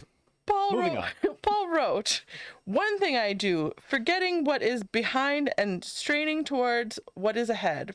Philippians. Yeah, so the forgive and forget thing, I don't like, you can forgive but not forget. And she actually got to that earlier in the thing, like the whole, like, I forgive you for looking at porn, now lock down your phone and computer so that you can never do it again. Yeah. Like, that's not forgiving and forgetting, that's forgiving and not forgetting. And that is taking to a part where I would question the forgiveness and say that's holding a grudge. It is, but it's also like holding shame over the person. Can you imagine for years having to like give your partner like your history and your whatever, and like it's just holding shame over somebody? Like, that's terrible. Mm-hmm. That's terrible. No. And it's like, there's like a part of me wants to say, like, it's abusive. Yeah, it is. It is abusive, but the women that are in these relationships where that's what's expected of them with the men, it's usually a church culture of purity culture where they are far more likely to be the victims of abuse than the man. Sure. Not that abuse can't run both ways at the same time, but like in that scenario, I would be far more likely to sympathize with the woman of that relationship because she is probably being more abused than the man. Not that that abuse is justified. Yeah, no, that is abusive, emotionally and mentally. No, we don't do that, please. Forgiveness is making a commitment to look ahead and leave the past behind. This requires a refusal to bring up the offense that has already been forgiven. No, it's not, actually. No, because if it's a repeat offense. But even if it's not, like, I can forgive you for something, but that doesn't mean that I'm not going to be triggered by something you do later. Yeah. And I need to express that. Especially if it's a big thing. Yeah. Like, no, like if to take it back to the drugs and alcohol, if I had a drug problem and I got clean and you forgave me for, I mean, oftentimes people that have drug problems, they are the victim of a system that failed them. Right. So it's not necessarily their fault. So that in that case, I'm not sure forgiveness would be the right language to use, but like, let's just put that aside and say, you forgive me for having had a drug problem and now I'm clean and now our relationship is better. If I start exhibiting behavioral patterns that even if I'm not falling back into my drug habit, if they remind you of when I was in my drug habit. Like that is something that like you don't just never speak about it again. You can bring it up, be like, hey, you're doing this. This reminds me of when you had a drug problem. Like, do you need help? Are we Well, not even good, sort of thing? necessarily that. Like, I mean, yes, that might be part of the conversation because if it's like reminiscent of that, but like if I'm triggered by something, I still get to express my emotions. Doesn't mean I get to blame you and shame you for what you did before, but I still get to express how I feel. Yeah. So yeah, it will come up time and again. Like, it's not like I'm healed and I will never feel this again. This is part of the why I'm so satisfied with our relationship, is that like we do have, like I've said it time and time again, we actually do have really good communication with each other, and we've had several conversations where you'll be like, okay, well, when you do this, it makes me feel like this, and I'm like I don't want to make you feel like that, so I will, like, I think the last one we had, it was like neither of us could think of a specific example, but we both kind of know what I was doing, so it's like, okay, and the way we left that one was like, you know, I'm going to be more aware of this, but if I do that again, feel free to call me out in the moment. Yeah. Because, like, I don't want you to feel like that. So if I make you feel like that, be like, hey, that's the thing we talked about. Fair enough. And then I will learn from that and be like, okay, that's the thing I'm not doing anymore. Thank you. And also, in the future, if I slip up and do it accidentally again, you can... I was going to say you can smack me, but like you can verbally smack me, I guess. Be like, hey, nope, that's the thing. Oh. See the demon come out. No. I like the demon. We can have sexy fun. demon. We can have fun. Demon sex is good sex. Okay. This requires a refusal to bring up the offense that has already been forgiven. No, it doesn't. Someone once said, there's no point in burying the hatchet if you're going to put up a marker on the site. That's dumb. Forgiveness is God's invention for coming to terms with a world in which, despite their best intentions, people are unfair to each other and hurt each other deeply. I mean, he could have just made a world where that doesn't happen. Yeah. But he's not very good at forgiving himself, so No. he didn't invent shit. Okay, so here's the thing that really kind of kills Christianity. No, you know what? Christianity. No, you know what? He didn't invent forgiveness. Adam and Eve did. Adam and Eve did. Because they forgave God for kicking them out for doing something they didn't even have the capacity to know was the wrong thing to do at the time. True story. Yeah, no, humans have bigger abilities than God. But what really throws the whole premise of Christianity out the window is that in the Old Testament, before the sacrifice of Jesus that allowed universal forgiveness just by saying sorry in your head, there were at least 2 instances that I can think of. I don't remember where they are in scripture, but I have mentioned them in previous videos, where God forgave the Israelites for doing things that he didn't approve of, for having sinful behaviors or whatever. One of the times they repented and were sorry and they felt better or whatever, but like they didn't offer any sacrifices. It was just, we promised to do better next time, and he forgave them. So like right there, you can be repentant and not accept Jesus, and God still has the ability to forgive you for that. So the idea that the human sacrifice bit was necessary, that's out the window. But then even worse than that is the Christian idea is that you can't earn your way into heaven. You can't just be a good person to earn your way into heaven. So like you have to go through Jesus. Except there's another part, I think it's in Habakkuk. I don't know. It's in one of the little books that nobody ever reads. But Never even heard of it. God actually forgives the Israelites. Actually, no, this one might be a psalm. I don't know. But God forgives the Israelites explicitly when they are still doing wrong, they are not repentant, and they have not offered him any sacrifices. He's just like, I'm tired of being angry at you guys, so I just forgive you. I'm just going to wipe out your sins for my own sake. So God has the ability to forgive repentant people without a sacrifice, and he has the ability to forgive unrepentant people without a sacrifice. So why is the sacrifice of Jesus needed? Why is he so choosy as who he decides to forgive? Because he's got a favorite race of people. Yeah, that's The Bible is very much anti-miscegenation. There's a whole story about how one of the Israelites married someone from outside the tribe, and then a guy came in and killed them both. And then he was rewarded for doing that good deed. Is that the kind of love that you wanted? That's the kind of love that God displays. I mean, that's what did Ron, John, Eric, one of them wanted God's love? I don't know. You want me to murder you in your sleep? I'd prefer you didn't. I mean, that's There's some days where that feels like it might be a good idea. Okay. Forever being unconscious. That sounds great. Okay, so forgiveness is God's invention for coming to terms with a world in which, despite their best intentions, people are unfair to each other and hurt each other deeply. He, God, began forgiving us. No, we began forgiving him. And he invites us all to forgive each other. He began forgiving us after he wiped out the entire world in a flood where only 8 people survived. We better forgive because, you know, he might come back again. Love me or I will torture you for all eternity. That's true love right there. Yeah. Well, I do, though. I torture you.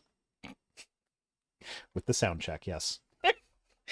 Forgiving is love's toughest work and love's biggest risk.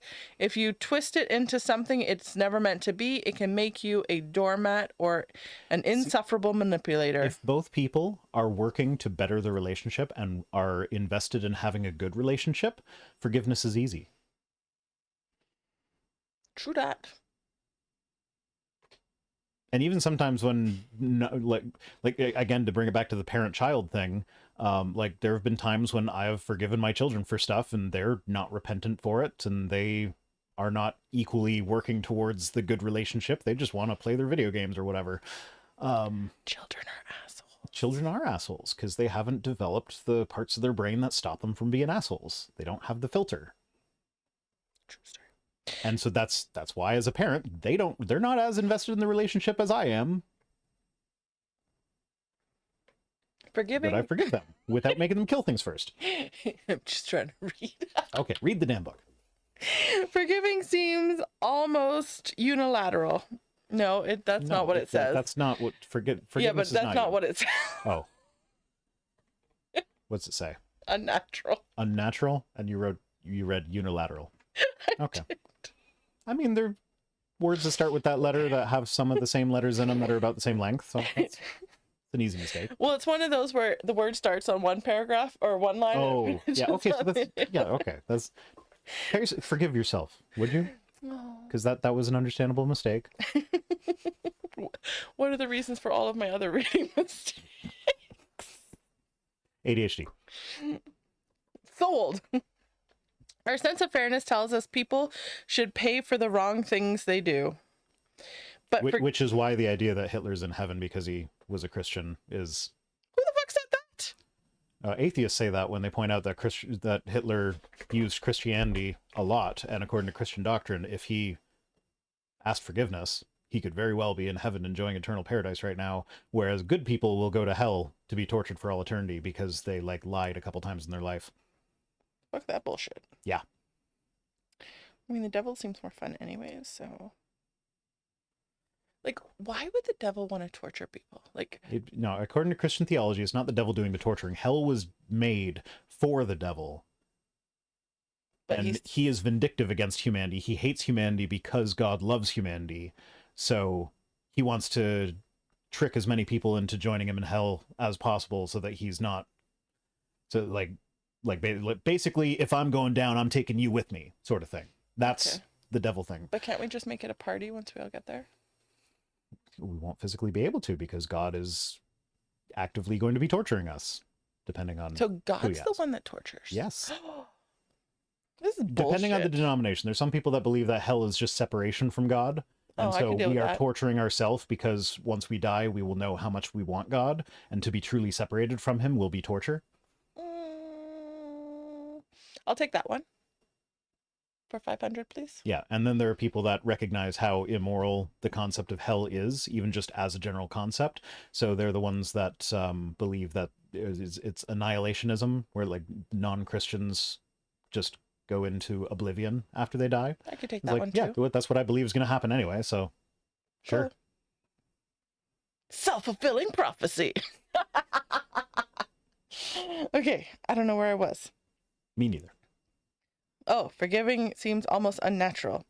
Our sense of fairness tells us people should pay for their wrongdoings, but forgiving is love's power to break nature's rule. It is forgiving that supplies the healing stream of long-term tomorrow. Cool. No, good communication does that. Who is she quoting? She's quoting somebody. Herself? I don't know. Maybe it's one of her survey subjects. Forgiveness has little to do with what was done to us, but much to do with what we choose to do with it. I believe it is the ultimate expression of love. How about not doing the thing being the ultimate expression of love? You know what the ultimate expression of love is? Sucking my dick. She knew that was coming. I love you. Prove it. Right now? Think of Jesus' last words on the cross. Which ones? He's got different ones depending on what book you're reading. It is finished. That was... I came. Are those his last words? Well, it is finished is one of his last words. It's like, it is finished! That's how we're doing it. That's what I'm saying next time I come. He was betrayed by one of his disciples, abandoned by his best friends, and commanded to die by the very people who had hailed him with palm branches just a few days before. Jesus was falsely accused, publicly humiliated, shamefully spat upon, mockingly crowned, mercilessly flogged, and cruelly nailed to a Roman cross. And yet, with his last breaths, he prayed, "Father, forgive them, for they know not what they are doing." Luke 23:34. Yeah, so those are his last words according to Luke, which were not his last words according to John, or I think Matthew's the other one with last words, with Mark just has him crying out in a loud voice. Okay, so I have a question. Is Luke one of his disciples? No. Luke was, okay. According to church tradition, the author of Luke and the book of Acts was a traveling companion with Paul. And there is some hint in the text that Luke was actually familiar with the area that Paul was traveling in, because like the other gospels make a bunch of geographical errors that Luke either does, like he either corrects them or he just like omits them from his story completely. And like the way he describes things for in the book of Acts with him traveling around, so like he actually was familiar with the area. Matthew, Mark, and John were all supposed to have been disciples, but none of the books that have their names on them were actually written by those guys. And in many cases, like whether or not those guys existed in the first place, like those guys specifically existed, is historically questionable. Like Peter is really the only disciple that we can be pretty sure actually existed. Interesting. Now, that being said, there's no real reason to think that there weren't a bunch of guys following Jesus around, and some of them probably had some of these names, so, like, it's entirely plausible that the characters in the Bible are actually based on real people, but it's not very well evidenced, historically speaking. Interesting. What depth of love! I can barely begin to comprehend it. When I think of how much God has forgiven me, how can I not forgive in return? What did I do to God? You saw a boob and thought, I'd like that in my mouth. I did. But Yeah. what's that got to do with God? God doesn't like it when you think that. That's his 'Cause problem, women not aren't mine. supposed to think I didn't that do about other anything women. to him. He has nothing to forgive. But he's the creator, so he can dictate every last thing that you do or think or No, whatever. 'cause he and if gave you me do it free wrong, will. Then it's, yeah, but you use that free will to do things that he doesn't want you to do, so that's sinning against him. No, it's called free will. Yeah, but if you use your free will to do things he doesn't want you to do. Yeah, so that's his problem, not my problem. Well, it's your problem when you're burning in hell. Oh, okay, some more quotes. A man wants to be respected, not put down or kicked for all his mistakes. I mean, a woman would like that too, I think. Yeah, we would. Like, He wants respect in public as well in private. Eric, yes, we would. Women would love that. Everyone would love that. Let's just have a base level of respect for all our fellow human beings, shall we? Okay. We got 3 more pages. Do we just power through? Or we're paused. I can power through. The boys run out of time on their switches in 10 minutes. Then they need to learn to stay upstairs and read a book. Okay. Power through. Power through. Asking for forgiveness. Now, what if you are the one who needs forgiving? Why would I need forgiving? We just went through this. Dear sisters, nothing can be more healing to a marriage than for the guilty party to admit she is wrong and ask for forgiveness. Am I ever wrong?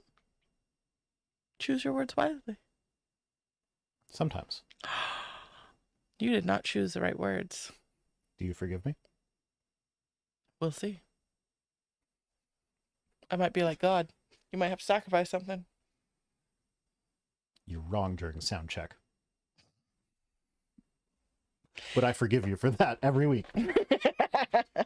Even though you don't address that behavior.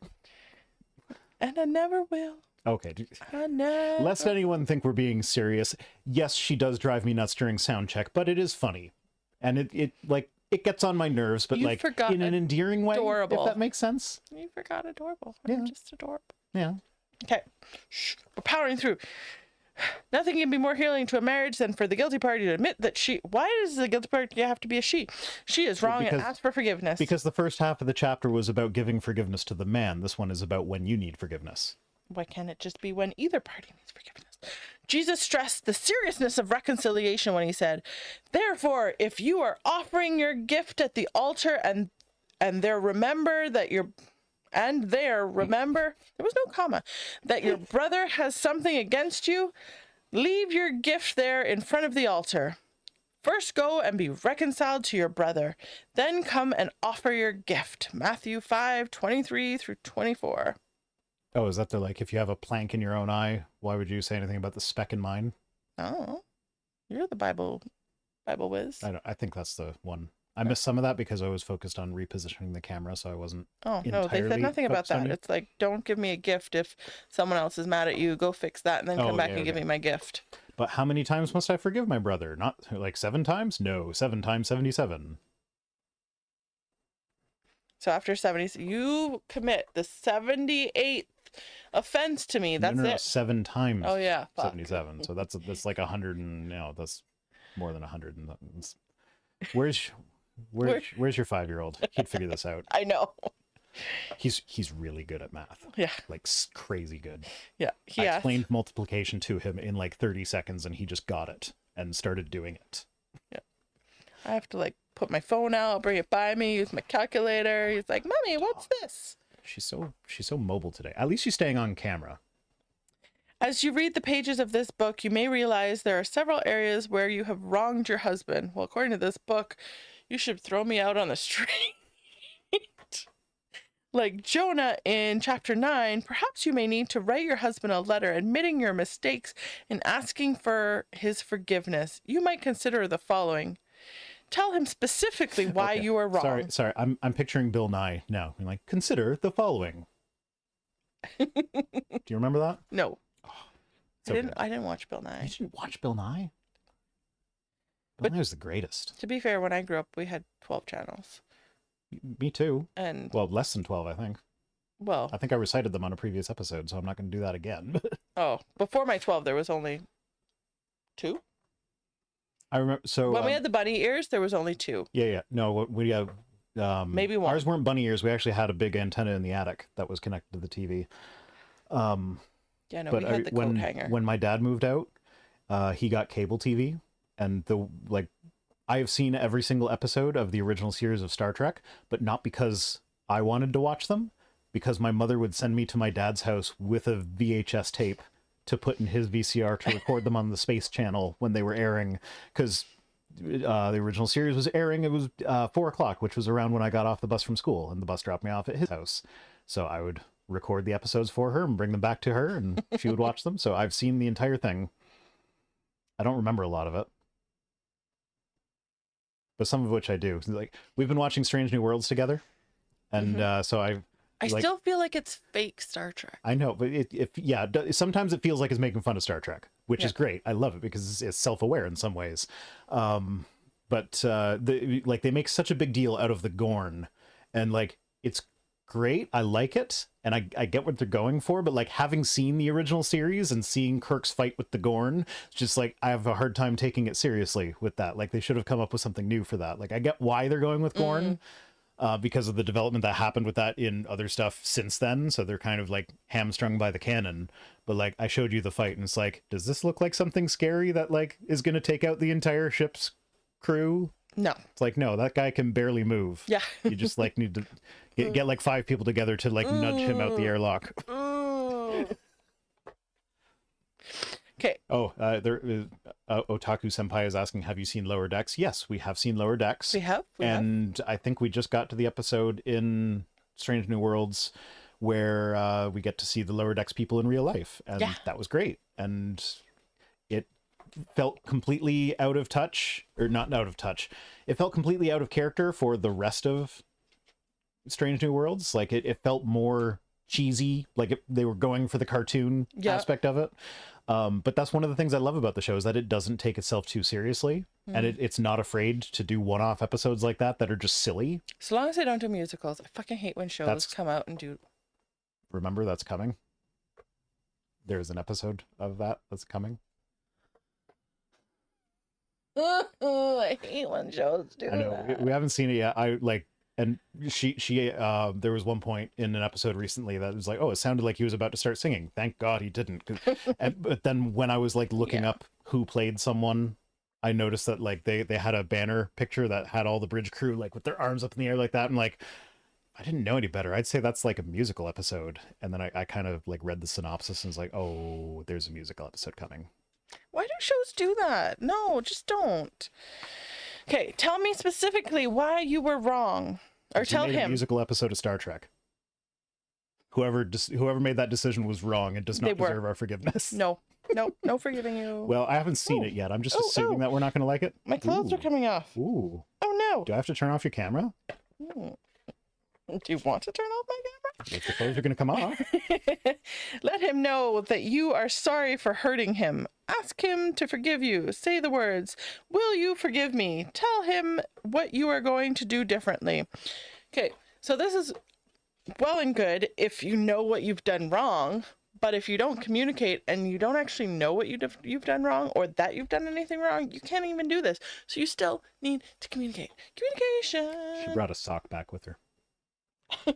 Why is one of the kids' sockets in the office? I don't know, but she found it. They're everywhere. Yes. They're everywhere. The word repent means to say you're sorry. Turn and go in the opposite direction. Oh, walk out the door. That's what. Yeah. Yeah, okay. Or turn the other cheek. Spank me again. While your husband may forgive you, he wants to see that he wants to see is that you are turning in the opposite direction. Yes, change your behavior. Great. I was just going to say, I like it when you turn in the opposite direction. You look nice from every angle. Oh, Hate to see you go, but I love to watch you leave. I will not hurt him again. Yes, I agree. You can't ask for forgiveness and not change your behavior. Fair enough. Trust is something that must be reconstructed once it is destroyed. True story. Yeah.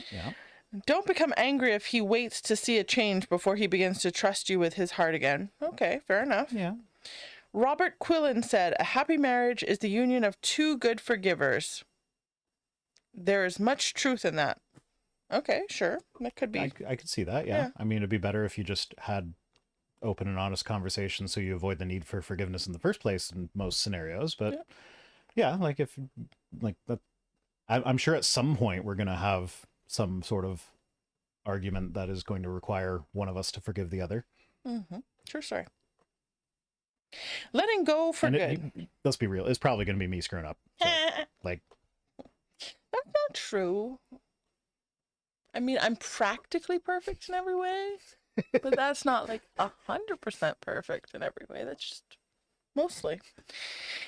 Here's a visual exercise in forgiveness, adapted from Annabelle Gillam's book, The Confident Woman.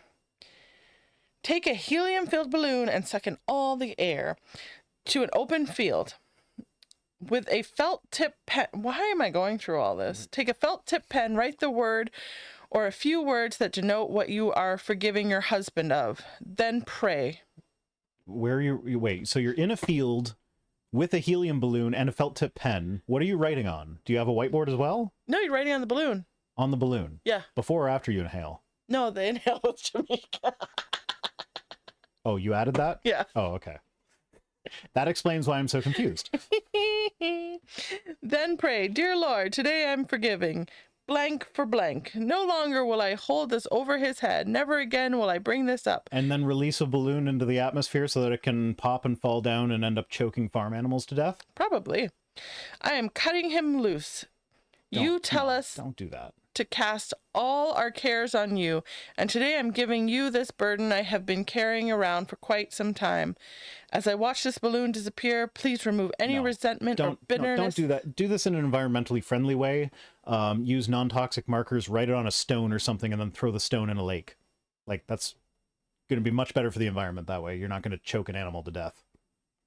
True story. Although, depending on your aim, you might hit a fish with the stone. Like, there were some goats that I threw some apples to, and I might have accidentally hit one. Interesting story. I was walking on the beach one day back home when I was younger, and there was like this fish kind of like flopping on the sand. I was with a friend, and I was like, oh, the fish. And so I was like, oh, let's throw it back in the water. So I threw it back in the water. So I threw it back in the water, and now the fish came back. Nice. That's like, amazing. Come on.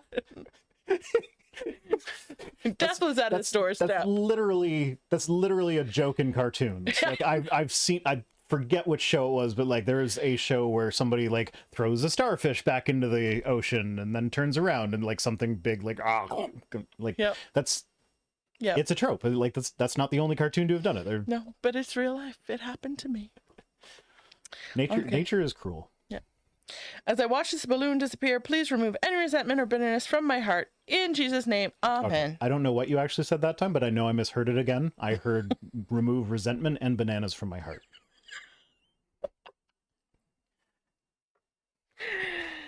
So what word did I think was bananas? Bitterness? Bitterness. Okay, that makes more sense.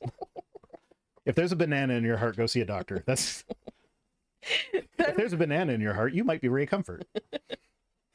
Then release the balloon and watch it drift into the very presence of God. Do the rock thing. Every time the thought of that offense returns to your mind, remember that you have given that to God. So even by letting the balloon go, it still comes to mind. So the balloon thing didn't work. Yeah, because it popped and choked an animal to death. So when you forgive someone like that... Well, that was your sacrifice. You were sacrificed. Well, I'm on the verge of not forgiving Puddles for continually moving around and making me adjust the camera. No, don't make her move again. She's in frame. God damn it, woman. Sorry. I forgive you.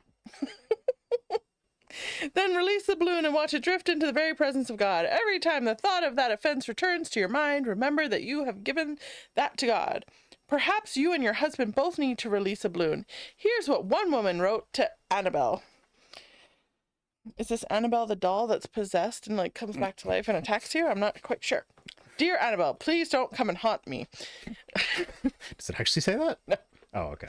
Dear Annabelle, this past Tuesday, my husband and I purchased 2 helium balloons. Are you fucking kidding me? One pink and one blue. And then drove Plot twist, the guy has a pink one. And then drove up into the mountains. They want to get as close as possible to God. Okay, so color thing. I'm sorry, it's on my mind, so I'm gonna rabbit trail again. ADHD time. I took the kids to a grocery store. My daughter wasn't there, so it was the other 4. And all the penises. Yeah, all the penises. One of them is non-binary, so I can't say all the boys. So all the penises. We call our kids dicks. What can I say? But yeah, so took them to the grocery store. Was just going to get them each a treat. Like, you can each pick a chocolate bar. We'll get it. And like, as we walk in, there's the grocery store flowers there, which, like, guys, don't get your girlfriend or boyfriend if you're gay, or non-binary friend, whatever. Don't get your partner grocery store flowers. Get better flowers, but like for kids to get flowers for their parent, yeah, sure, why not? No, It's I a nice wouldn't thing. say don't get grocery store flowers, because that's also people get what they can afford. Yeah, okay, but like, And flowers from a florist can be yes, pricey. okay. So- So with that provision in mind, get the best that you can afford on your budget without causing you hardship. There we go. And if your partner is shallow enough that Can I That's stick not a good pin in? enough. Can I do the ADHD thing and Sure. stick a pin in your Sure. story? So sticking a pin in my sticking a pin in, we got pins inside of pins all up here. I saw a TikTok this morning, and it was two lesbians, and they were like, when both of you are masked, and then one comes home with flowers and the other one already has flowers in the thing to give to the other person. Yeah. There you go. So yeah, we picked flowers out, and your older son, the bouquet he picked, his reasoning for it was there's lots of boy colors and girl colors there. And this is the thing that they get from their dad, which like, there's not much we can do about this except for what I did do, which was, it's like, oh, well, why are some colors boy colors and some colors girl colors? And he couldn't come up with a reason, because like realistic, there is no reason. Not that, like, if there was a reason, I wouldn't expect a 5-year-old to know it, but there is no reason, so we can let him figure that out just by asking questions. But like, we came to, like, he pointed out, like, yellow is a boy color apparently, which I thought that was kind of weird, because I would think that stereotypically yellow would be more feminine, but also it's yellow. Like, I don't know. That's a gender neutral color typically. Yeah, but like, so these are conversations that I have with them. It's like, well, what is a boy color? What is a girl color? What makes the color a boy color or a girl color? And then, of course, your boys are your boys. So I was like, does yellow have a penis? And thought that was hilarious, but like, no, it doesn't. But it's a color for boys. It doesn't mean it is a boy. I'm like, okay, well, why is it for boys? Why can't, like, what about pink? What is pink? Pink's a girl color. Okay, I like pink. Am I a girl? No. Do you like pink? Yes. Are you a girl? No. So why is pink a girl color? And you couldn't figure out an answer. And of course, I'm not like being like high pressure about it. It's just conversation. Answer me now! You must come up with an answer or stuff. But like, I just want them to be thinking about that, Yeah. because like, There's no reason. they like colorful, bright, shiny things, and sometimes their dad tells them that's girl things, and it's like, no, it's not. There's You're a nothing I boy, can and do you like about the it. thing. Yeah. You can just like what you like. Yeah. Gender doesn't have to come into play. No. As he wears his Elsa t-shirt on his teal and purple bike saying, Oh yeah, that was "Never another. mind." Apparently, teal is a girl color, which, like, it's a shade of blue. Like, I don't think colors are gendered at all, but like, that's a weird one from Yeah. a culture's perspective. So. Yeah, no. Where was I? I don't know. Oh, they went up into the mountain as close as possible to God. We found a good lookout point and parked. Ooh. We both sat for a long time writing all over our balloons. Whoa, they got a lot of forgiveness going on there. It says Al, but it looked like AI. So I was like, AI didn't read. AI doesn't read very well. Al didn't read what I wrote, and I didn't read what he wrote. I was the first to let mine go. The wind was blowing odd, sort of down into the valley. The balloon tangled in the tree branches, blew loose, and after the third tree broke wildly towards the sky. Okay. Congratulations, you've killed a cat or something. Then Al let his balloon go in a different spot to avoid the trees, but one got to his too. Yep, the tree picked Okay. up and grabbed his balloon. Are the trees going to be a metaphor, or is this just like random details that she felt needed to be included for some No, I reason? feel like they're getting to some sort of metaphor. Okay. I walked over to the tree, put both hands on the trunk, and shook it. The balloon caught the wind and took off towards the heavens. That's a good picture of what this circumstance has been for us. Okay. Pause. Dragon Healer says red dresses are for boys and blue dresses are for girls. I don't like red, though. Like, I actually just dislike the color red. Unless it's Christmas, then I really like red. I didn't say I disliked you. You would be sexier if you didn't have it on, yes. The stream does not need to see my tits. But like blue. Blue is more my color. Beep. Boop. Okay, somebody has to send a tip for her adjusting her boobs on stream. That's a good picture of what this circumstance has been for us. That's how we can get more money. Every time we get a super chat, you adjust your boobs. Boobs. Everybody loves boobs. That's a good picture of what this, I've read this line like 3 times now. Annabelle, a real struggle to let go, to make it fly. I feel more free than I have felt in years. You really didn't need the balloon. The balloon didn't actually do anything, by the way. No, it's just a symbolic thing. Yeah. That killed an animal somewhere. And when the negative thoughts do come, so you didn't actually, like, I close my eyes and see those pink and blue balloons going and going, and I knew it's all right. God has everything in his hands. Perhaps you have a balloon that needs to be released to God. Perhaps it would be a wonderful outing for the two of you to do together. Is it really forgiveness, though, if you're, like, quote-unquote, releasing it to God? Like, was that the end of the chapter? Yeah. Okay. Yeah, so, like, I feel like the release it to God thing is, like, it's not so much forgiveness, it's I expect God to fix the problem. Yeah, and I will ignore it. I'm expecting a third party to intervene on my behalf here. And make all my feelings just disappear. Until that happens, I'm just going to ignore it with the hopes that it's going to happen in the future. Yeah. Like, that doesn't sound like forgiveness to me. No. Not at all. It's not forgiveness. Boop-a-doop, boop. Anyway, we made it through the stream, and apparently nobody liked you adjusting your boob. Boo. The stream doesn't like your boobs because they didn't send any super chats. You guys don't like boobs. Boobs. I like boobs. Boobs. Boobs. Okay, so yeah. Oh, no. My cord got caught. Yeah. Okay, so that's the chapter on forgiveness that started with porn, because you got to forgive people for porn. I'm trying to read the chats. Yeah, God hold everything in his hands, including all the porn ever made and all the sex toys. It's true. The whole world's in it. The whole world in his hands. He's got the whole wide world in his hands. Knowing what we know about the Catholic Church, the verse about the itty bitty children hits different. Yeah. Mm-mm. No.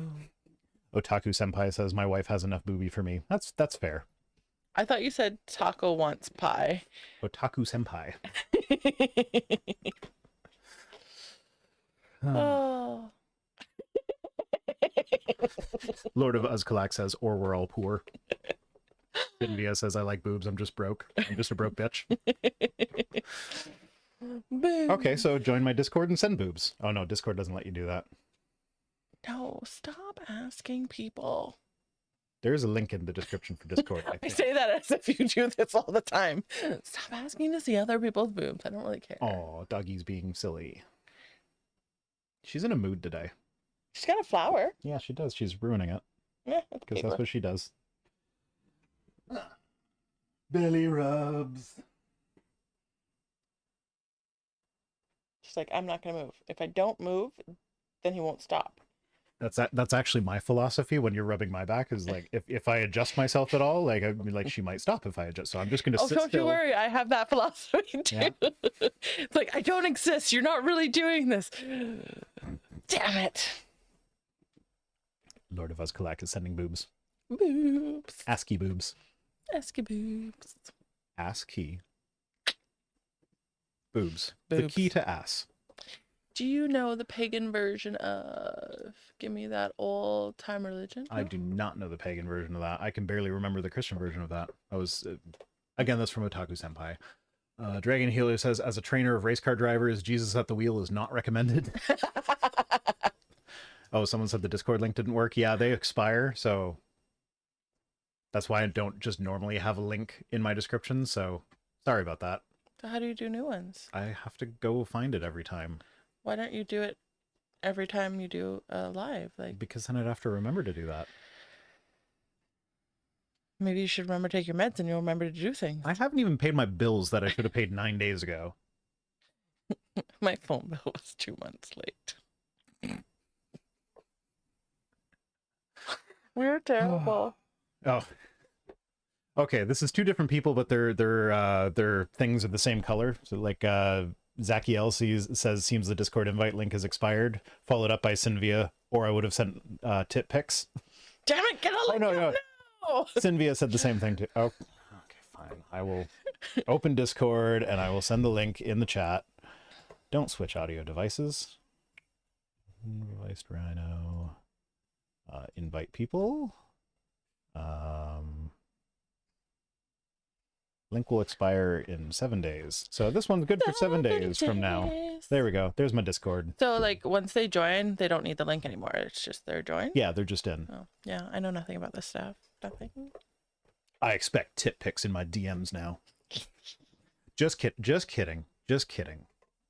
I'll send you. You can send tit pics to me. I do not expect tit pics. And I will not share any that you do send unless, well, I probably won't share any that you do except with her. I won't share any publicly unless you give me express permission to, and even then I probably won't. Yeah, no, you won't. Because that's not the kind of thing that I normally do. No, you won't. But also, I am not trying to solicit boob pics. I'm just trying to like make you feel uncomfortable. I'm feeling uncomfortable. I'm like, it's one of those things where you don't know how to stop talking. I'm like, I'm not going to be judgmental. But like, I'm not expecting, like, I don't know. So funny enough, I was talking about, not funny enough because I talk about boobs all the time. Talking about boobs the other day with the lady I'm working with, and we're talking about fake boobs, and we're saying how people who get boobs done, they're always like, feel my boobs, look at my boobs, everybody touch my boobs. But if you have real boobs, you're like, oh, don't touch me, don't look at my boobs. There was no reason for that story. I just thought I would share it. I have known one person that I know for a fact has had a boob job, and that's because she mentioned it. She never asked me to touch her boobs. Shame. And this is back when I was a good Christian boy. That's probably why. No. Well, I don't know. I probably would have had she asked, and then I would have been like, I feel guilty now. Yeah, but that's probably why she didn't ask. I don't know. She didn't ask anyone that I'm aware of. But I mean, also it was working in a restaurant. What else were you eating? Anyone who's seen the movie Waiting knows how filthy restaurant environments can be. Boobs. Just slap a hello sweetie on your tit pics and Rhino will share them before one of his vids. True story. I'll have to censor it for YouTube, or you put hello sweetie across the nipples. We're not doing that. No. I will promise you we're not doing that. Okay, this is why I don't interact with the chat. Just kidding. I'm just an awkward person. Anyways, we should probably get going. Bye. See you next Tuesday.